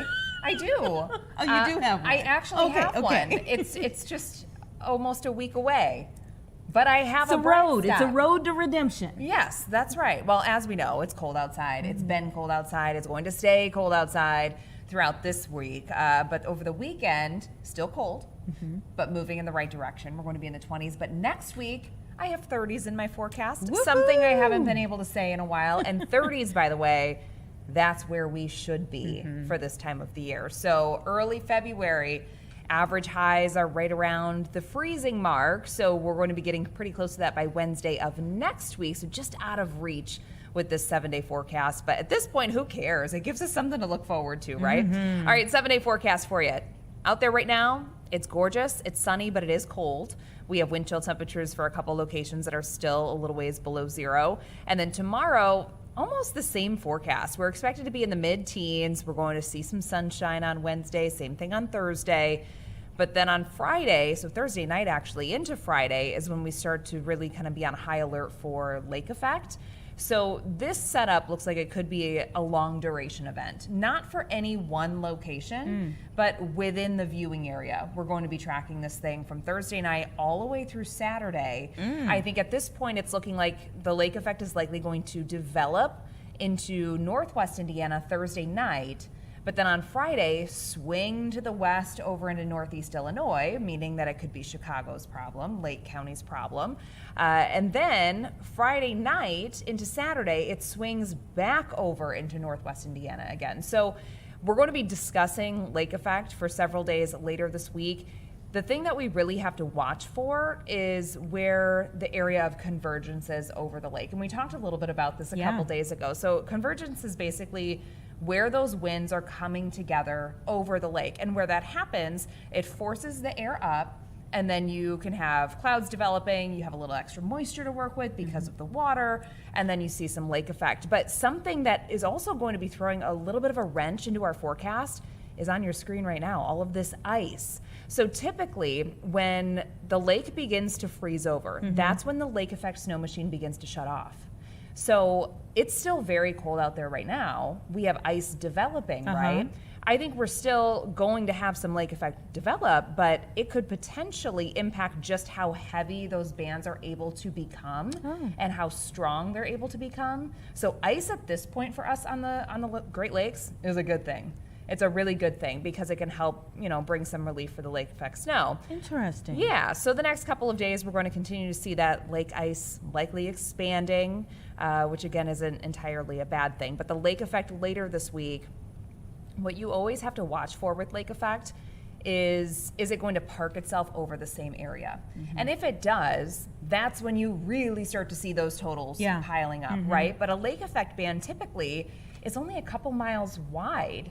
So it's all about pinpointing exactly that convergence zone that we were just telling you about. But you said this is fun stuff for you all. This is fun stuff. It can be very frustrating because lake effect snow, it's one of those forecasts that it's so easy to bust it, right? To not get it exactly right. But you really have to know exactly where that convergence zone is going to be because the difference of 30 miles is huge, right? Like that could be in Chicago or up in Lake County or, farther to the south. So we really have to kind of fine tune that forecast as we get closer to. But at this point, if you are in a lake adjacent county, so I'm talking about both lake counties in Illinois as well as Indiana, Cook County, and then rounding the lake into Porter and LaPorte, all of us have to be on high alert Thursday through Saturday. Okay, I want to talk about a couple things there. One, what were some of our snow totals from this past system? 10.5 inches in downtown Chicago. We were actually the winner, or loser if you don't like it. But we had the most snow right downtown Chicago in the Loop, 10.5 inches. And then over in Valparaiso, we picked up about 9 inches. So there was a wide range. Places like Naperville only got 2 inches of snow. So it really depends, again, on those lake effect bands, and I think that's exactly what we're going to be dealing with again. And then for those of you that are farther inland, if you are in DeKalb County, Kane County, LaSalle, Kendall, Grundy, you know, the chance of the lake effect actually making it into your county is not all that high. Yeah. So this is really going to be, again, a lake adjacent type event for us. And what kind of snow totals do you think we could see? So there are some models, of course, that are throwing out some big numbers. So 6 inches or so, 6+ inches is going to be possible. But again, it really depends on if we're able to get a main band to develop and if it parks itself right over a certain location. So we still have a couple days, one day really, to be able to fine tune those details, but we should typically have a much better idea for a lake effect event. You can usually get pretty spot on within 12 to 24 hours. What is our average snow total for this time of year? So this time of year is typically quite a bit lower than where we have been. Now, on average, the entire season is around 38 inches. So far, we've already had about 29. So we're cruising along, and average, I believe, is in the upper teens right now. So we are coming in well above average for this time of the winter. And, you know, even looking ahead to next week, we're getting into this weather pattern again where we're going to have clipper systems coming through about every other day. So when that happens, they're usually not big systems. Yeah. Like usually you only squeeze out maybe 1 to 2 inches with each one. That's going to add up though too. But you're still like, oh, again? Right, like as soon as you get your driveway, your sidewalks cleared off, you know, you've got to do it again. But with temperatures as cold as they are this time around, so late this week for the lake effect, it's going to be that really nice, fluffy, easy to move snow. Next week, when we have the warmer temperatures, temps are going to be pretty close to 30, if not in the low 30s. That's the type of snow that's heavier to move, more of a pain to shovel, you know. Yeah. We, in the 1 o'clock hour, spoke with a meteorologist from Orlando, and it is kind of crazy to see some temperatures mirror each other from Florida to here right now. Yes, it's pretty wild. So we have this really large trough right now, and whenever you hear a trough or a ridge, that's typically what we'll use to refer to like how the jet stream looks across the United States or really across the world. But if you have a trough, it means that the jet stream's dipping down to the south. So it's allowing all of that cool air from the North Pole, from Canada, to work its way down across the U.S. And, you know, were there any falling iguanas? Have we gotten talked there about yet? the falling iguanas. Yeah. She did say it was a little further south usually than Orlando, where they see those. But we did talk about the falling those iguanas. poor little guys. Just in a sedative state when they fall. Yeah, not they're hurt. okay. They wake up. But yeah, whenever temps get around 40 degrees is when, you know, they go for a nice little long sleep. A siesta. Yeah, yes. Man, there's so much that's going on. This was maybe the first time I even checked on a girlfriend of mine who lives in Mississippi. You know, like, hey, y'all okay? Well, with that system that just rolled through, I mean, that encompassed about 40, I think it was 41 states had some sort of winter weather headline, whether that was an ice storm warning or, you know, winter weather advisory or whatever it was. Cold temperatures, the system that came through over the weekend that we actually, you know, we got in on that as well. It stretched from New Mexico all the way over to the East Coast, up through New England. Yeah. So everybody kind of, you know, got hit with that one. Yeah. And there's another one that we could be dealing with here pretty soon. Ooh. Yeah. It doesn't look as extreme. Okay. But, you know, those southern states are still going to have to be on the lookout for possibly some more ice. And most of those kids just went back to school Yeah. today. Yeah. I mean, usually I'm used to checking on those folks like during hurricane season. Right. You know, like, Yeah. hey, I saw there's a system headed your way. Are you all right? Are you ready? You know, Right. that kind of thing. Not during the winter. Well, and I think for a lot of people, you know, that live up north, we're kind of like, okay, an inch of snow. Right. All right, guys, get with it. Nothing you to know. it, yeah. But it's the infrastructure, it's the resources that they have. That part. And, you know, a lot of these southern states, they're not prepared or ready when Yeah. there's any snow at all. I mean, imagine you guys have been out driving around when, you know, there's only 1 inch of snow on the ground, and if those roads haven't been plowed or are not salted, it just ends up turning into a sheet of ice. Yeah. So unfortunately, you know, that's what's happened. And ice storms, you know, that was another huge aspect of the storm that just rolled through, and that's the worst kind of weather. Yeah. I mean, when you have ice accruing on things like power lines and trees. Like there's going to be so much tree damage, and people's skylines that they're used to seeing from their backyards, and it's going to change because of all the damage to the trees, and that's always sad to see too. Yeah, my parents have been in the house since last Thursday. Wow. Yeah, so pretty crazy things, experiences that a lot of folks just don't have very often, that we kind of take for granted-ish, up here. And honestly, even for us, I was saying to Caitlin when she was up here with us earlier, like, my puffer coat is really getting some use this year. Yes. It usually comes out just a couple times a year. Yep. And it's I actually invested in a really good warm winter coat. And I am so grateful for it this year because it's been brutal outside. Yeah. All right, everybody, hunker down. But she gave us a little road there. Just hang on in there. Week. Hang on in there. We'll get to those 30s. We will. By golly, we'll get there. Thank you. We always appreciate you taking time out. 2:57. Let's take a quick break, everybody. I'll set you up for the 3 o'clock hour after that.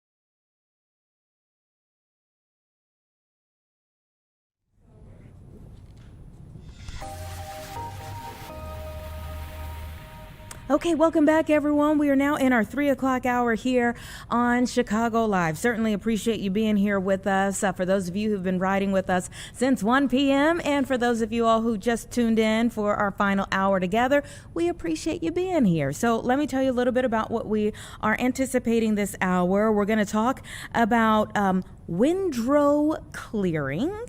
Yes, windrow, not window, but windrow clearing.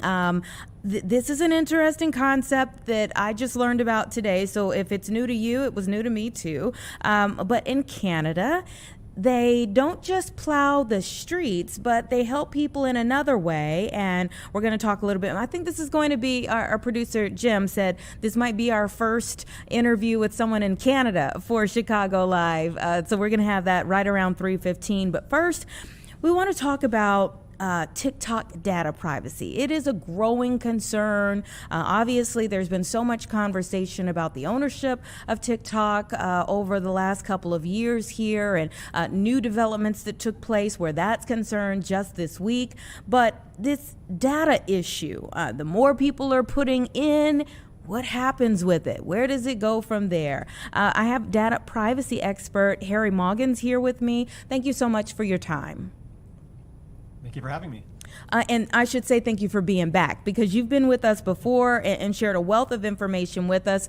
Tell me first and foremost about your thoughts on the new developments where TikTok is concerned this week. So we're in day 3 now since the USJV took over TikTok, and there's been a lot of news about it. One of the big things is about data privacy, and a lot of people are concerned by how much data is being collected. I don't think anything new has actually been added, though. The difference is visibility and transparency. Before, when China was running the show, they collected everything. You had a vague idea they were collecting everything, but you couldn't see it.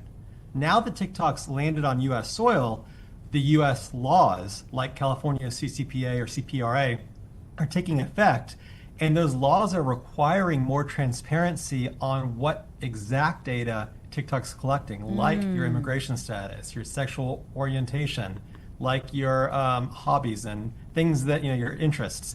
Things that before were vague now are out in the open. Wow. And of course, we think that a lot of that would come from like your facial profile or from some of the data you might mention in your caption, but it's so much more than that.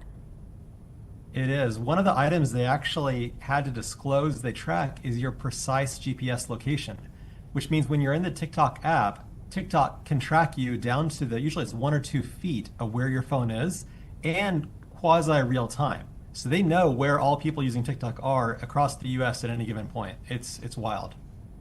So what do you think people should take from this? I mean, I think even the threat of, China having all of your information didn't keep people off of TikTok, didn't keep people from fighting for TikTok to stay. So what should people take from this? What should maybe they change about their routines? So it's a good question. It's an important question. I think trying to stop data collection is a losing battle, right? We live in 2026. We're not all going off to live in a cabin in the middle of the woods. Data, your data is going to be collected if you want to function in society and enjoy apps like TikTok or Facebook, right, or Instagram. So if you accept there's a limited amount of data collection out there, it's about being smart. What you let them have. Don't put your email address and your cell phone number out on your social media feed. It doesn't need to be public, right? Whenever a new app on your phone pops up asking you for your location, stop for a second and think, why does my calculator or my flashlight need my location? That doesn't make sense. So that extra layer of common sense will go a long way in protecting the data that is being collected today. Yeah. And I mean, we're talking about TikTok, but I would think this issue of data privacy and data collection goes much farther than that. It does. So these are all just sources to collect the data, but where does it go? That's where a lot of people get fuzzy. It doesn't just get absorbed into a single company. There's an industry behind it called data brokers, and you're hearing more and more about them these days.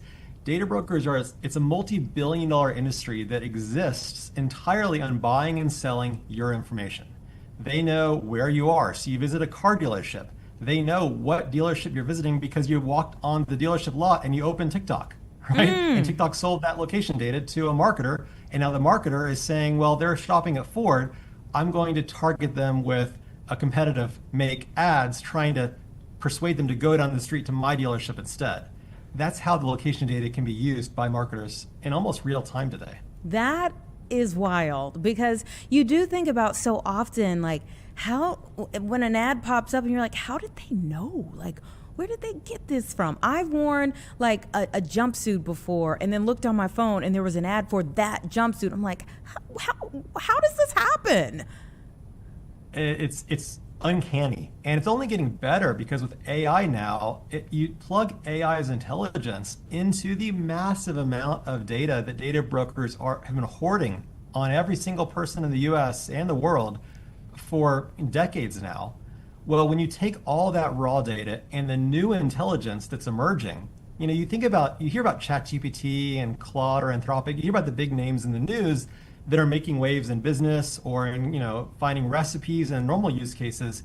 But what you don't realize is that AI is a technology that's being deployed behind the scenes in other ways too. Now they can stitch together, you're shopping for this jumpsuit, or you live in a household with a person whose best friend just bought that jumpsuit, and they think that there's a realistic chance they'll recommend it to a friend, and then through a couple degrees of separation and X number of days, it's going to get back into your front of mind. And now they're going to target ads to you, trying to sell you a piece of clothing you didn't know you were going to be in market for, but they had an idea you would be days before that.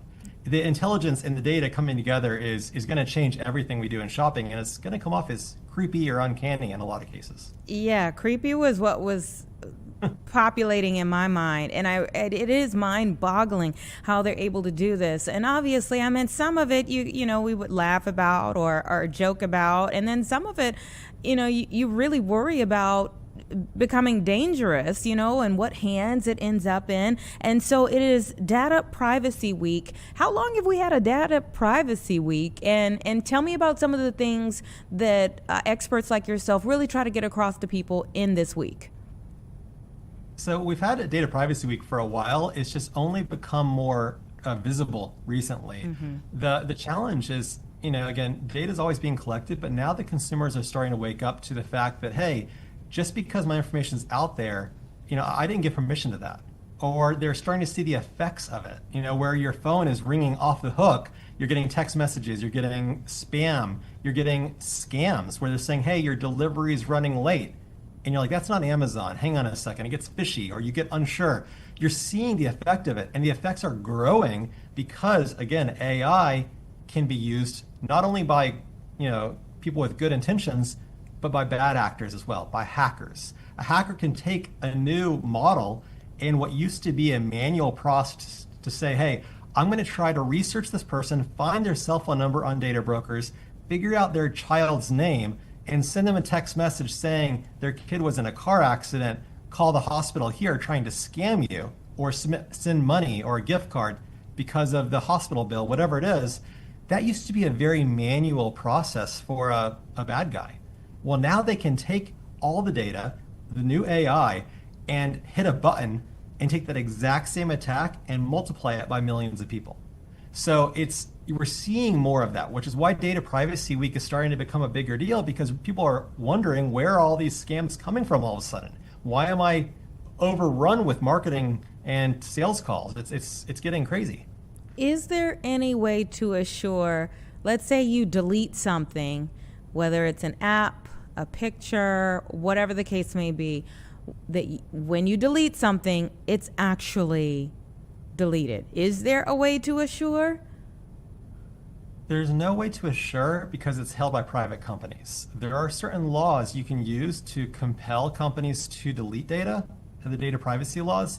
The problem is usually it can come back later if the data broker finds it through another source. So it requires constant monitoring, constant redeletion, and it's truly a cat and mouse game. Until the US gets a federal privacy law like Europe has, or different countries in Europe and a few different countries around the world like Australia, it's going to be this cat and mouse game. And people can go on Google and search your own address and find out, wow, it's so easy to figure out where I live or who lives with me or my cell phone number on the internet. It's very easy to find the data.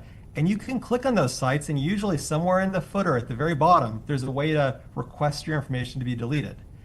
And then you can set a calendar reminder and check back next week or next month and do it all over again, times 1,000 sites that do this, 1,000 data brokers. It's not realistic. And the bad guys know that cat and mouse game is the only way to do it in the US right now, unfortunately, which is why companies like PrivacyBee, my company, exist to help consumers fight back in a meaningful way where they can go to privacyb.com, they can submit their information, we'll scan the internet for them and tell them, here's all the places holding your information and exposing it and selling it.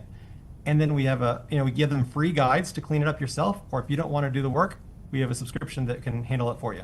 Oh my goodness. And does that subscription guarantee that it's completely wiped clear? I mean, if you're still online, you're still, out and about, or can you ever clearly wipe things off? Not entirely. So there's no silver bullet, and unfortunately, there's no perfect solution. Privacy is a trade-off between quality of life and creepiness or over invasion, of your personal, life or your family or whatnot.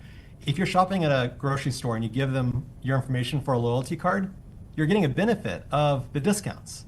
In exchange, they get your data, right? When you use TikTok, you're getting the free entertainment of doom scrolling for hours. In exchange, they get your data. It's a value exchange like anything else. So unless you do nothing in this world, your data is going to be somewhere.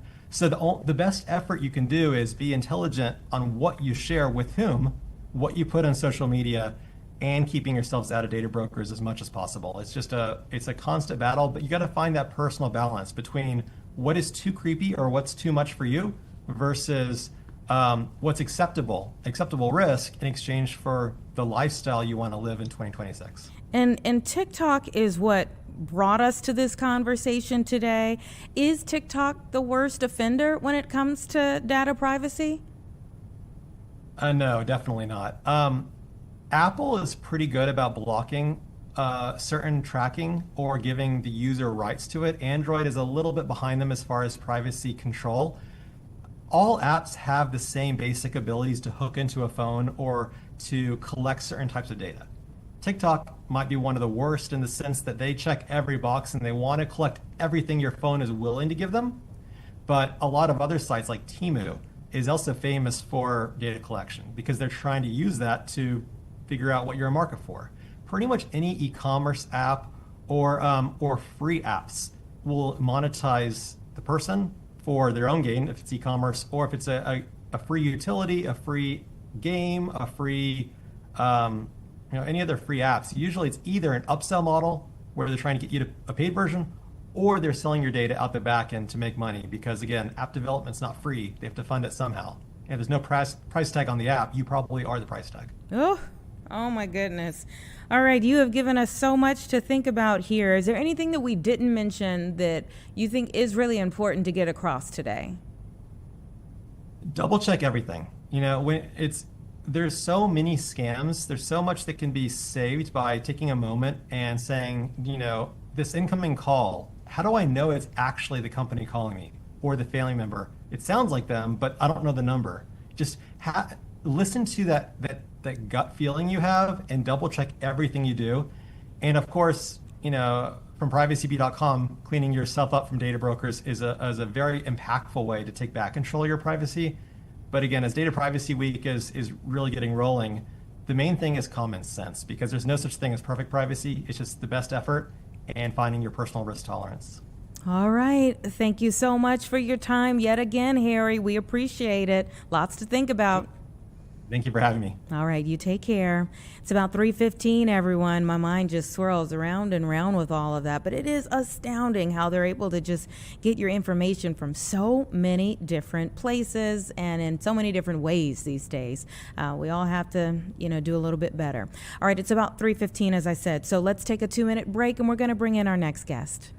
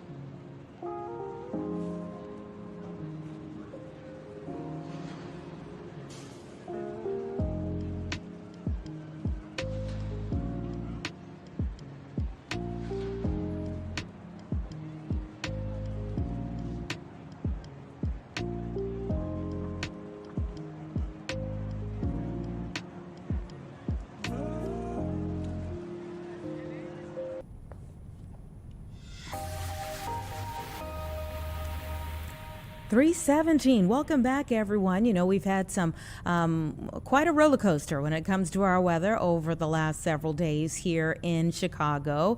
Many people have had to do some snow clearing, and we certainly appreciate the work of our streets and sanitation workers who go out when many of us don't want to help us better navigate our city and our area. And so they are doing a wonderful job. This is not to take anything away from what they do on a regular basis that we so appreciate.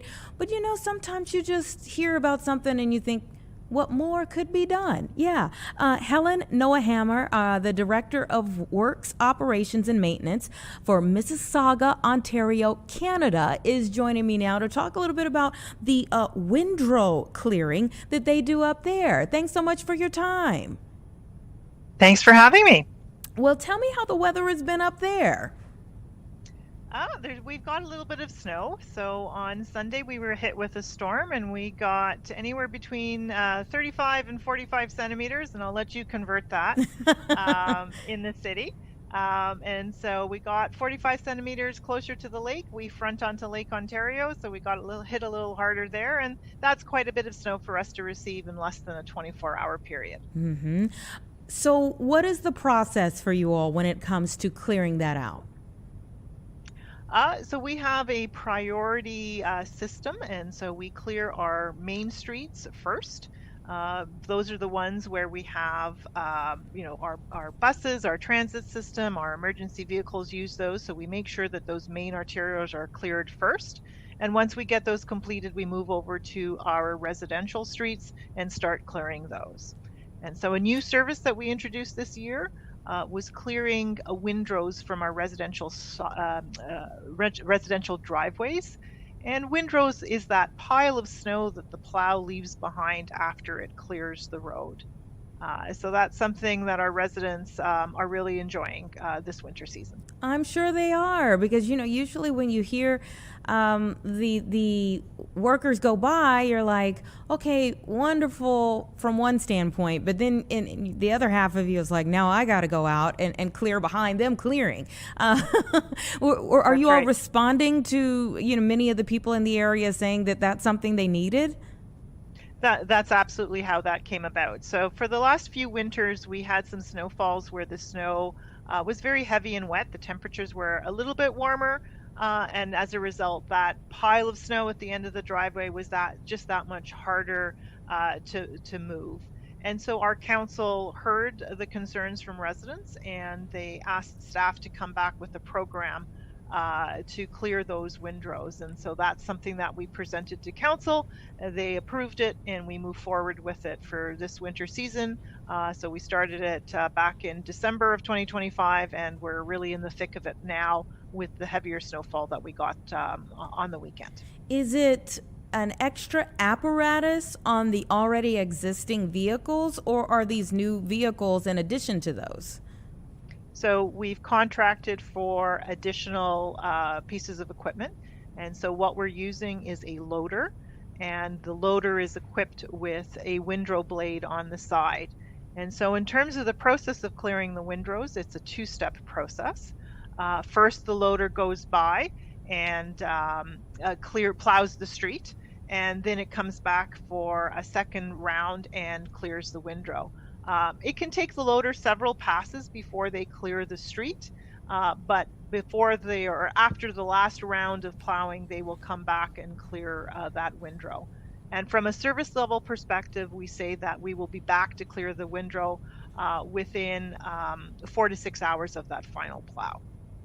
What response are you all hearing from people who were otherwise frustrated before this? So far, the response has been predominantly very positive, and residents are very appreciative of the fact that they no longer have to clear that heavy mound of snow at the end.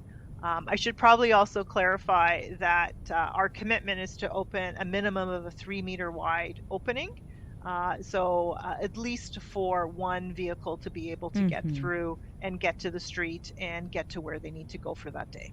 Mm-hmm. And you said, you know, predominantly, what kind of pushback have you all gotten to these? We haven't gotten pushback on providing the service, but with any new service, things don't go perfectly. And I think we have some challenges. And one of our primary challenges with windrow clearing is parked cars. So if there's a parked car in the street right next to the driveway, that loader with the windrow blade can't get close enough to the driveway to clear the windrow. So there will be homes where we're not able to clear the windrow. And that's when we hear some complaints from the residents that we haven't cleared their windrow, but it really was an obstacle that was in our way. Other things that can prevent us from clearing the windrow include the garbage carts that are set out. Sometimes they're set out in such a fashion that we can't get close enough to the driveway apron to clear the windrow. And sometimes people have other pieces of equipment like a basketball net or something like that that prevent us from getting close enough. So, we do hear some concerns when we miss a driveway. I'm sure, but it ultimately points back to the homeowner needing to help out in the full process. Absolutely. Yeah. So are you all the only location in Canada that's using these, or did you follow someone else's lead? No, there are other municipalities that provide the service within our area, within sort of the Greater Toronto area. And so residents were aware of it because other local municipalities had provided the service, and that's when sort of the requests started coming in that Mississauga consider providing the same service. Now, have you already started getting phone calls from other municipalities that say, we actually want to do the same thing, tell us everything? Yeah, we have. So some of our neighboring municipalities that we are neighbors with don't provide the service, and so they've reached out to get a few more details. What does our contract look like? How are we providing the service? What technology we're using. And a little further afield, we've got a couple of phone calls as well interested in how we've come up with the service and how we've designed the program. Yeah. Was it fairly expensive or cost effective? How did you all make that work? Well, I guess that's a relative question, right? And so it did increase our winter maintenance budget by about $15 million, and we were kind of in the $25 to $30 million range before that. And it has added a little bit to our property taxes as well. So for the average home, the addition of windrow clearing adds $52 a year. Everything is a toss-up in life, and so that's why I asked that question, because of course we could all be sitting here in Chicago like, man, we should do that, but we also sit here in Chicago and complain about the taxes on a regular basis. So I can only just hear people in my head already if we talked about adding this on as well.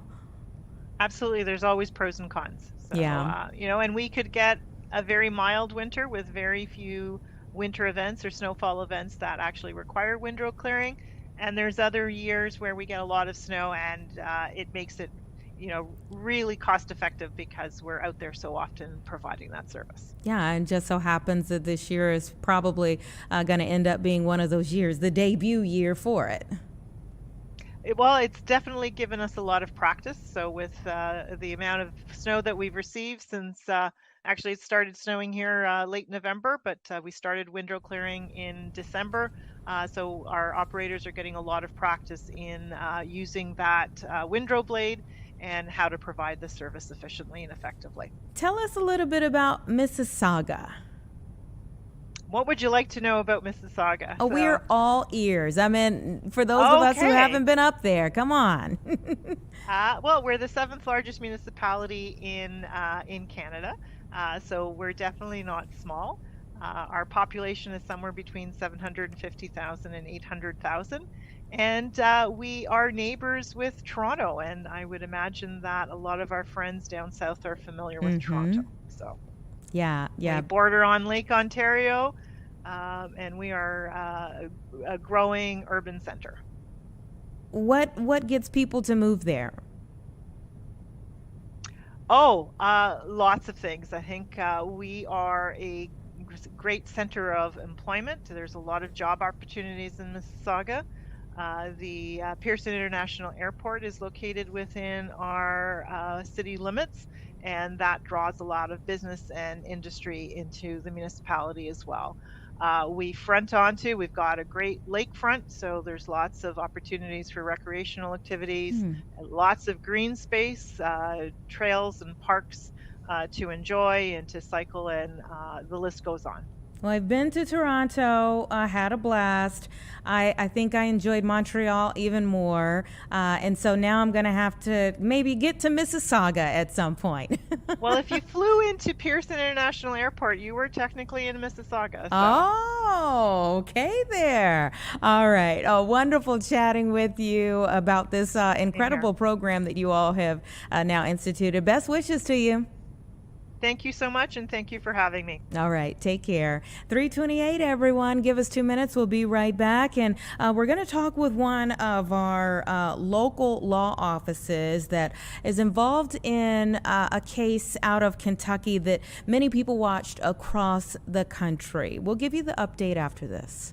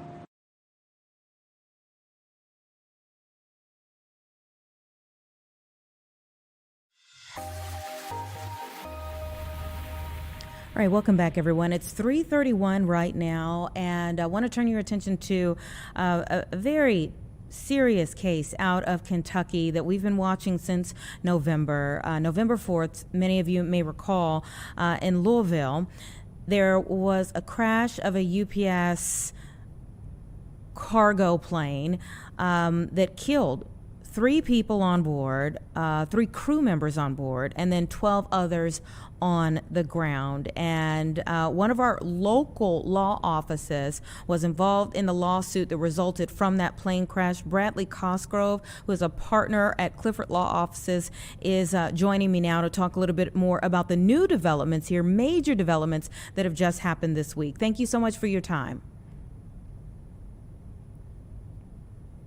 Hello.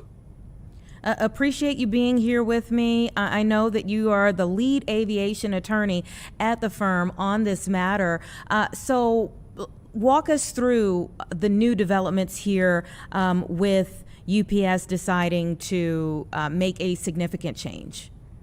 So it was announced just recently this week that UPS has decided to retire its MD-11 fleet from utilization, and it comes on the heels, obviously, of this disaster and crash. We think that the UPS's business decision that was made in reference to their MD-11 fleet is made too late, and it was something that should have came many years ago. I think that the plane had outused its airworthiness lifetime, and I don't think that the plane should have still been up in the air. Certainly not in the conditions they were, and certainly not with the ways in which the MD-11s were inspected and maintained by UPS and Boeing and others involved in the case.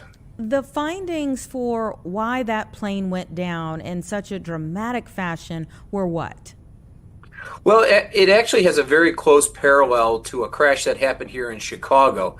One of the McDonnell Douglas planes that's very similar to the MD-11 that was involved in our crash was a DC-10. And back in about 1979 at O'Hare Airport, there was a similar disaster where there was an engine detachment of a DC-10 engine that took place on takeoff at O'Hare, causing the plane to lose control, and everybody on the plane perished. That was a passenger plane, but it was a plane that was manufactured and designed by a company called McDonnell Douglas that has since been bought by Boeing.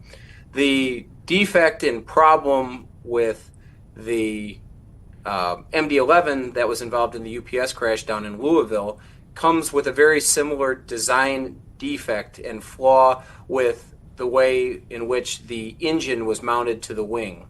And that's really where the defect has been identified by the NTSB in its preliminary report with an updated report that came out just about a month ago as well. Yeah, that left engine just fell off of the wing, and I don't know if anyone could have survived it. We certainly saw, again, people on board and people on the ground that perished as a result of that. Is it enough to you all for UPS to say we're going to retire the whole fleet? No, retiring the fleet is one step that will obviously be inked as the hallmark remedy of what actually took place on the day of the crash. The day of the crash took place, and what we're seeing today is UPS making a dollar decision that rather than putting the amount of money that's necessary to make these planes safe and airworthy, that it's not worth it to them to spend the money to make the planes safe and worthy of being in the air. So rather than putting the money into the planes that they should have put into it years ago, it seems to us that the decision to retire the fleet has been made as a business decision by UPS. Mm-hmm. And the FAA, I'm seeing, grounded the same fleet for FedEx and for another Florida-based global airline as well. Well, all MD-11s and DC-10s that still existed were grounded by the FAA within a week or so after our crash down in Louisville. That is a grounding that still is in effect today. There has not been a directive that would have allowed these planes to become airworthy and permissible to be flown in the United States airspace currently. So those are still under that same FAA grounding.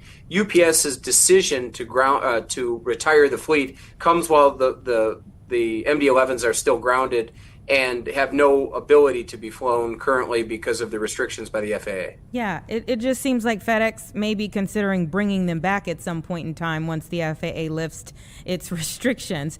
So that would be a whole nother set of questions. I mean, in working on this case, what were some of you all's frustrations in your findings?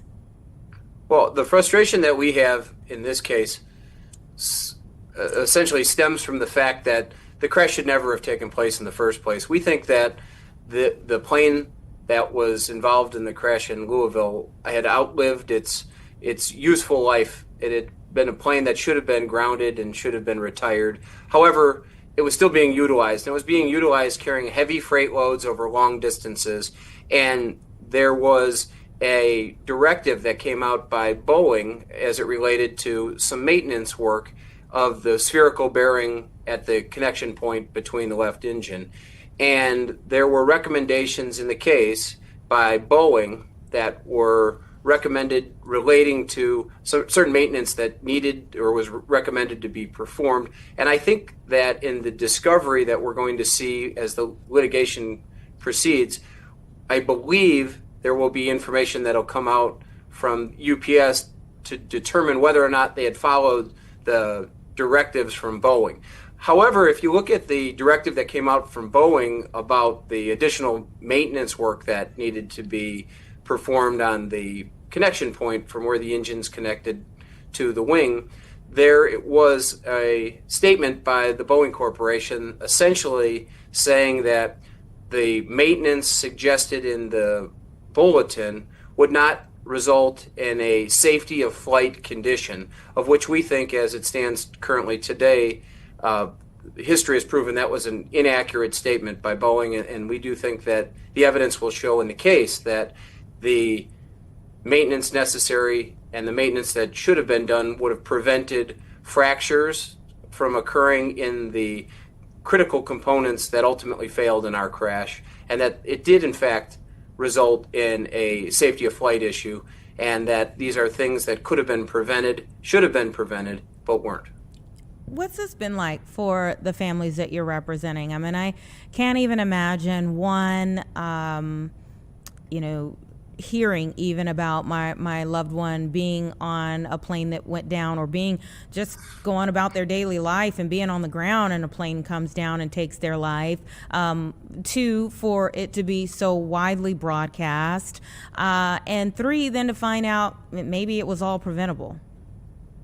From all of the families that we represent, we represent lots of different families and different types of families and families that have all types of different relationships. We have small children that we represent. We have brothers and sisters, and we have all sorts of people that lost loved ones. And they kind of have a universal response to this tragedy of shock and absolute grief and sorrow that have come along with losing a loved one unexpectedly. I mean, each one of the people that were victims in this case went to work or went about their life on the day of the crash. Nobody ever expected that a plane would have an engine fall off and crash into them and that you would lose their life. This is such an unpredictable disaster from the perspective of my clients, not from the perspective of the defendants. This was predictable. If they would have done their jobs, we think that this crash would have been preventable. But from the perspective of the ground victims, never in a million years did the ground victims expect that a plane was going to land on them and that would be the end of their life. And we think that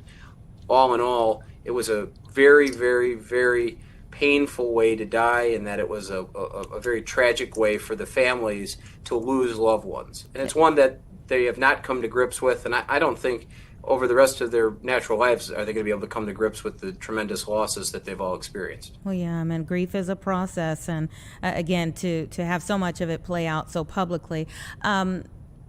Turning from this particular case, I do want to get your opinion on the NTSB's findings yesterday from the plane crash that took place outside of Washington, D.C., because I think for those of us who are just, watching all of these things, seeing that one and then this one that we're talking about in Kentucky happen, just months apart, it was just more than shocking. It was very disturbing. We are involved with the Potomac mid-air collision. We represent a number of families involved in that crash as well. And we were very, very much tuned in and paying attention to the NTSB hearings from yesterday. And I think the overall impression that was left by the NTSB was that this was a very preventable crash as well, the mid-air Potomac crash.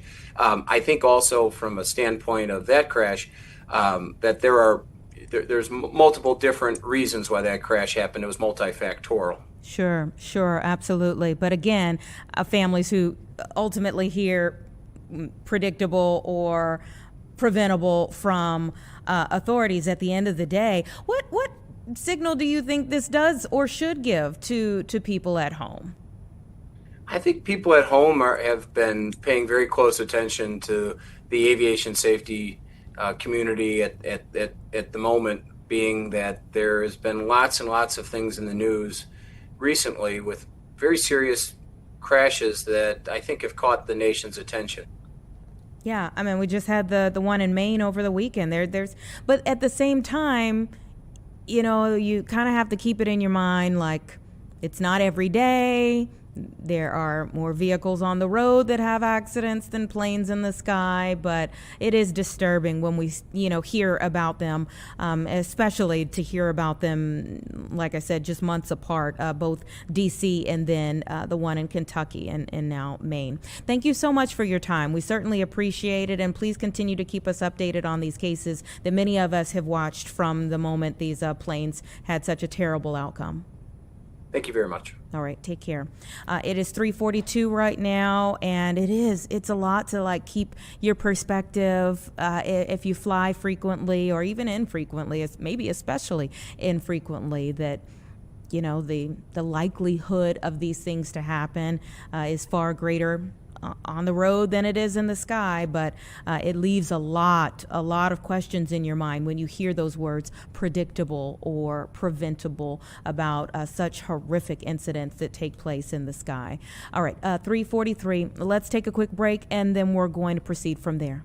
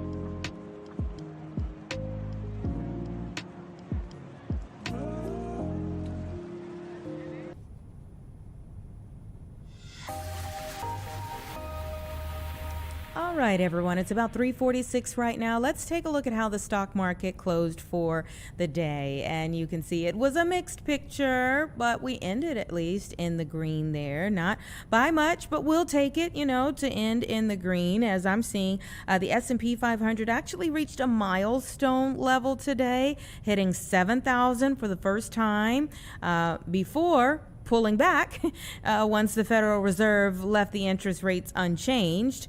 The Dow Jones, as you can see here, finished just above 12 points, so modest, but the NASDAQ composite outperforming and gained 0.17% today. So yes, the big economic news, of course, was that the Fed decided to keep the benchmark rate steady. The Federal Reserve Chair said that there is an optimistic outlook, at least, least, but that we're still, in terms of inflation, still above a level that they would call a goal, and that we're still reaching to get to that place. So right now we're in the range of 3.5 to 3.75% here as we wait to see what will happen in the days, weeks, and months to come. Obviously, the federal chair and the governors have a lot of political pressure that's being put on them, but have yet to fold, essentially, if you will. I mean, we have continued to see them act independently of what the White House really wants them to do, which is to continue to cut rates. So the Board of Governors meets 8 times per year. This was the first of the new year, and it is expected that there may be 1 to 2 rate cuts this year. Don't know when those will happen, if they will happen for sure, but most experts say 1 to 2. The expert we had on the show here just today from Bankrate said he believes there should be at least 1. And some other experts who have been quoted in articles say, they could see possibly getting to 2 before the year is over. The Fed chair said, of course, we had 3 rate cuts last year by the end of the year. But he says that the outlook for economic activity has improved. The unemployment rate has changed very little. And as I said, inflation has eased significantly from 2022 when things were really kind of in a disarray, but it's still elevated from their goal, which is 2%. So we will continue to see what happens from here. Of course, the Fed chair will be in his position until May, and then we'll have a whole new Fed chair. Don't know whether Jerome Powell will stay on the board, but we'll have a new Fed chair. Don't know who that will be either. So a lot could happen over the next few weeks, months, and over the course of this year. We'll be tracking it all for sure. But we got a big announcement today here in our area that our 25th Ward Alderman, Byron Cicho Lopez, is officially throwing his hat in the ring to run for Congress, and he's here with me right now. Thank you so much for your time, Alderman. Thank you for the invitation. Good afternoon. Good to see you. Good to see you as well. The last time we spoke, I asked you if that was your goal, and you didn't give me a full answer. So today it is official? It is official. We launched this morning in Gage Park with the support of many people in our community. We're about 200 people, residents who are feeling the pain, the suffering, small business owners, homeowners seeing high property taxes, the state of terror that the federal government has unleashed on us, and the need for us to have independent, unbought representation. Tell me what got you over the hump. What got you from, I'm thinking about it, I'm considering it seriously, to, yeah, I've got to do this? Well, I think the fact that we have had a tremendous attack, an atrocious attack on our cities in many American cities. We saw what's happening in Minneapolis. We see what's happening in Maine, in Chicago. We've seen families tear apart, literally nurses, parents being assassinated in broad plain sight for all of us to witness. And when I was talking to people from across the 4th Congressional District, from LaGrange to Melrose Park, where Silverio Villegas Gonzalez was assassinated, Berwyn's sister, Lyons, with talking to people across the board. It's not only Chicago, this is bringing suburban and urban residents together to overcome the challenges that we have as working people against a billionaire, perverted, pedophile class that want us to divide us and continue to exploit us. You are running for Chuy Garcia's seat, and for the great overall legacy that Congressman Garcia has here in this city and throughout the country. His exit from that seat did become quite controversial. What were your thoughts on that? Well, I wish the congressman well and thank him for his service in public office for many years. And also, it is important that we recognize when things that are unethical, when we hide things from voters, when we take away the right of voters who decide who represent them, it is important that as elected officials, we are honest and we're truthful to our constituents. And the fact of the matter is that this was an exit that was not controversial, that was unethical. And we want to make sure that we never take away representation from voters, from people who elected us and trust us to always tell the truth and never hide things from voters. And I think it's important that we start in this moment in time when our communities, our cities, our constituents are being attacked, dehumanized, criminalized, kidnapped, or murdered, that we are truthful, that we work with constituents across the board, suburban and urban areas. I've talked to many people across the 4th Congressional District, and there's a need to represent their interests or the public interest, the interest of working people, and not a billionaire class that continues to profit from the suffering of people, take away funding for housing, healthcare, education, violence prevention, substance abuse programs, to put it in the pockets of mercenaries who are terrorizing our cities, who are killing and assassinating nurses and parents. And I think it's important that we, in this moment, are truthful so that we can organize our communities and fight back. You mentioned a billionaire class. The last time I spoke to you here on Chicago Live, you had just had what I'll describe as a moment, a heated moment with Governor Pritzker, who is a billionaire. Have you all mended your relationship, and how do you see working with him to get more achieved for the state of Illinois working forward? It is important in this moment that state and city work together to overcome the challenges that the federal government is creating and fabricating, sabotaging our city and state. And in a moment like that, we must tax corporations. We must tax the billionaires and the millionaires that continue to move into our city. Look at what's happening in our property tax bills. We have property taxes that are skyrocketing in communities like us, while places in downtown get to claim vacancies. There's 60,000 vacancies in the city of Chicago alone, where we have 70,000 people unhoused. That demands bold action, and that means that we must find the resources so that we can help our small homeowners, or small businesses, unhoused residents, children who need solutions in our public schools. It is not enough, as the governor said, well, there's no money. Well, of course we know that there's no money, because the wannabe dictator is sabotaging many American cities that do not agree with him, because the ultimate attempt is to sabotage the November elections, so that we cannot start by rigging elections and then trying to provide an alternative to the billionaire class in both sides of the aisle. So it is important. I have talked to his office. I'm still waiting for a meeting with him.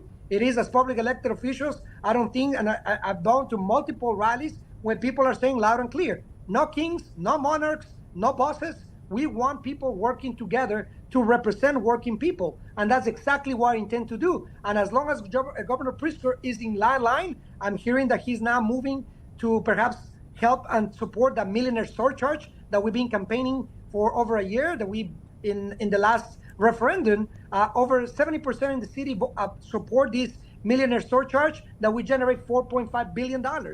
And and across the state, over 60%. This has popular support, and that's what we need to challenge the propaganda for the billionaire class that try to divide us and tell us that there's nothing we can do. You are a pointed speaker, very passionate about your causes. Let me ask you, I mean, like I said, that was a heated exchange between the two of you all. You have very big concerns about the president as well that you've addressed here. But one thing that we're even seeing in the aftermath of Alex Preddy's killing at the hands of federal agents in Minneapolis, which you referenced there, is that there was nothing happening when anger was coming from the White House and also from the governor and from the mayor, and that when cooler heads prevailed, that maybe some things were able to move forward there for the betterment of that particular city. How do you see being able to work forward in a cohesive manner, especially if Democrats aren't in the majority in Congress? It is important that as a majority, and we got to be honest, I mean, we have had as Democrats majorities in the Senate, in the House, in the presidency, and we never built a big tent, a tent that includes the Muslim community, Palestinian community, immigrant communities, trans and queer communities, completely being neglected, dehumanized, and not criminalized. And it is time that we show up to something. We have to provide solutions. It is incredible that we have lost 2 elections to pedophiles that are running our country as their private business. And that cannot happen, and that cannot be our model here in our state or city. So I challenge your leadership, and I will continue to challenge your leadership, because we need to provide real leadership in this moment, solutions to address the issues of affordability. Look at the horrific job reports in a monthly basis. They're so bad that the federal government does not even publish or a monthly job report.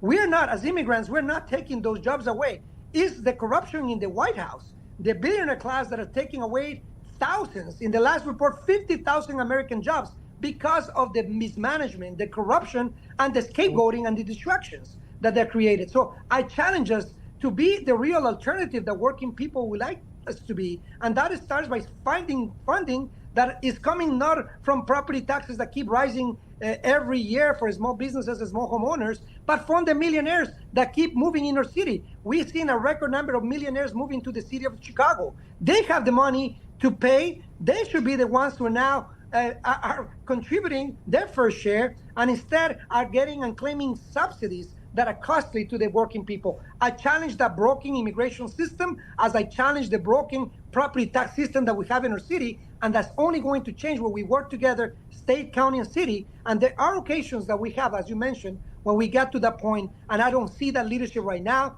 and that's what we need to fight right now, because we cannot assume that we even will have elections in November. That is the goal of the billionaire class and these puppets in the White House, these corrupt criminals. They don't want elections, and we need to fight now to provide a real alternative. If we know that this is all being a long project, 2025 is all about creating dictatorships, authoritarian regimes at home and abroad. Chicago's 25th Ward Alderman Byron Cicho Lopez now running for Illinois' 4th Congressional District. Thank you so much for your time. We'll see what happens from here. And everyone, thank you so much for being with us today. We'll see you back here tomorrow.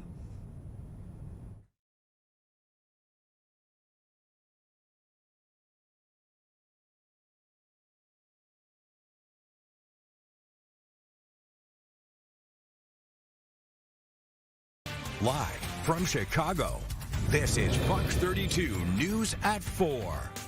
Right now at 4, spa owner is accused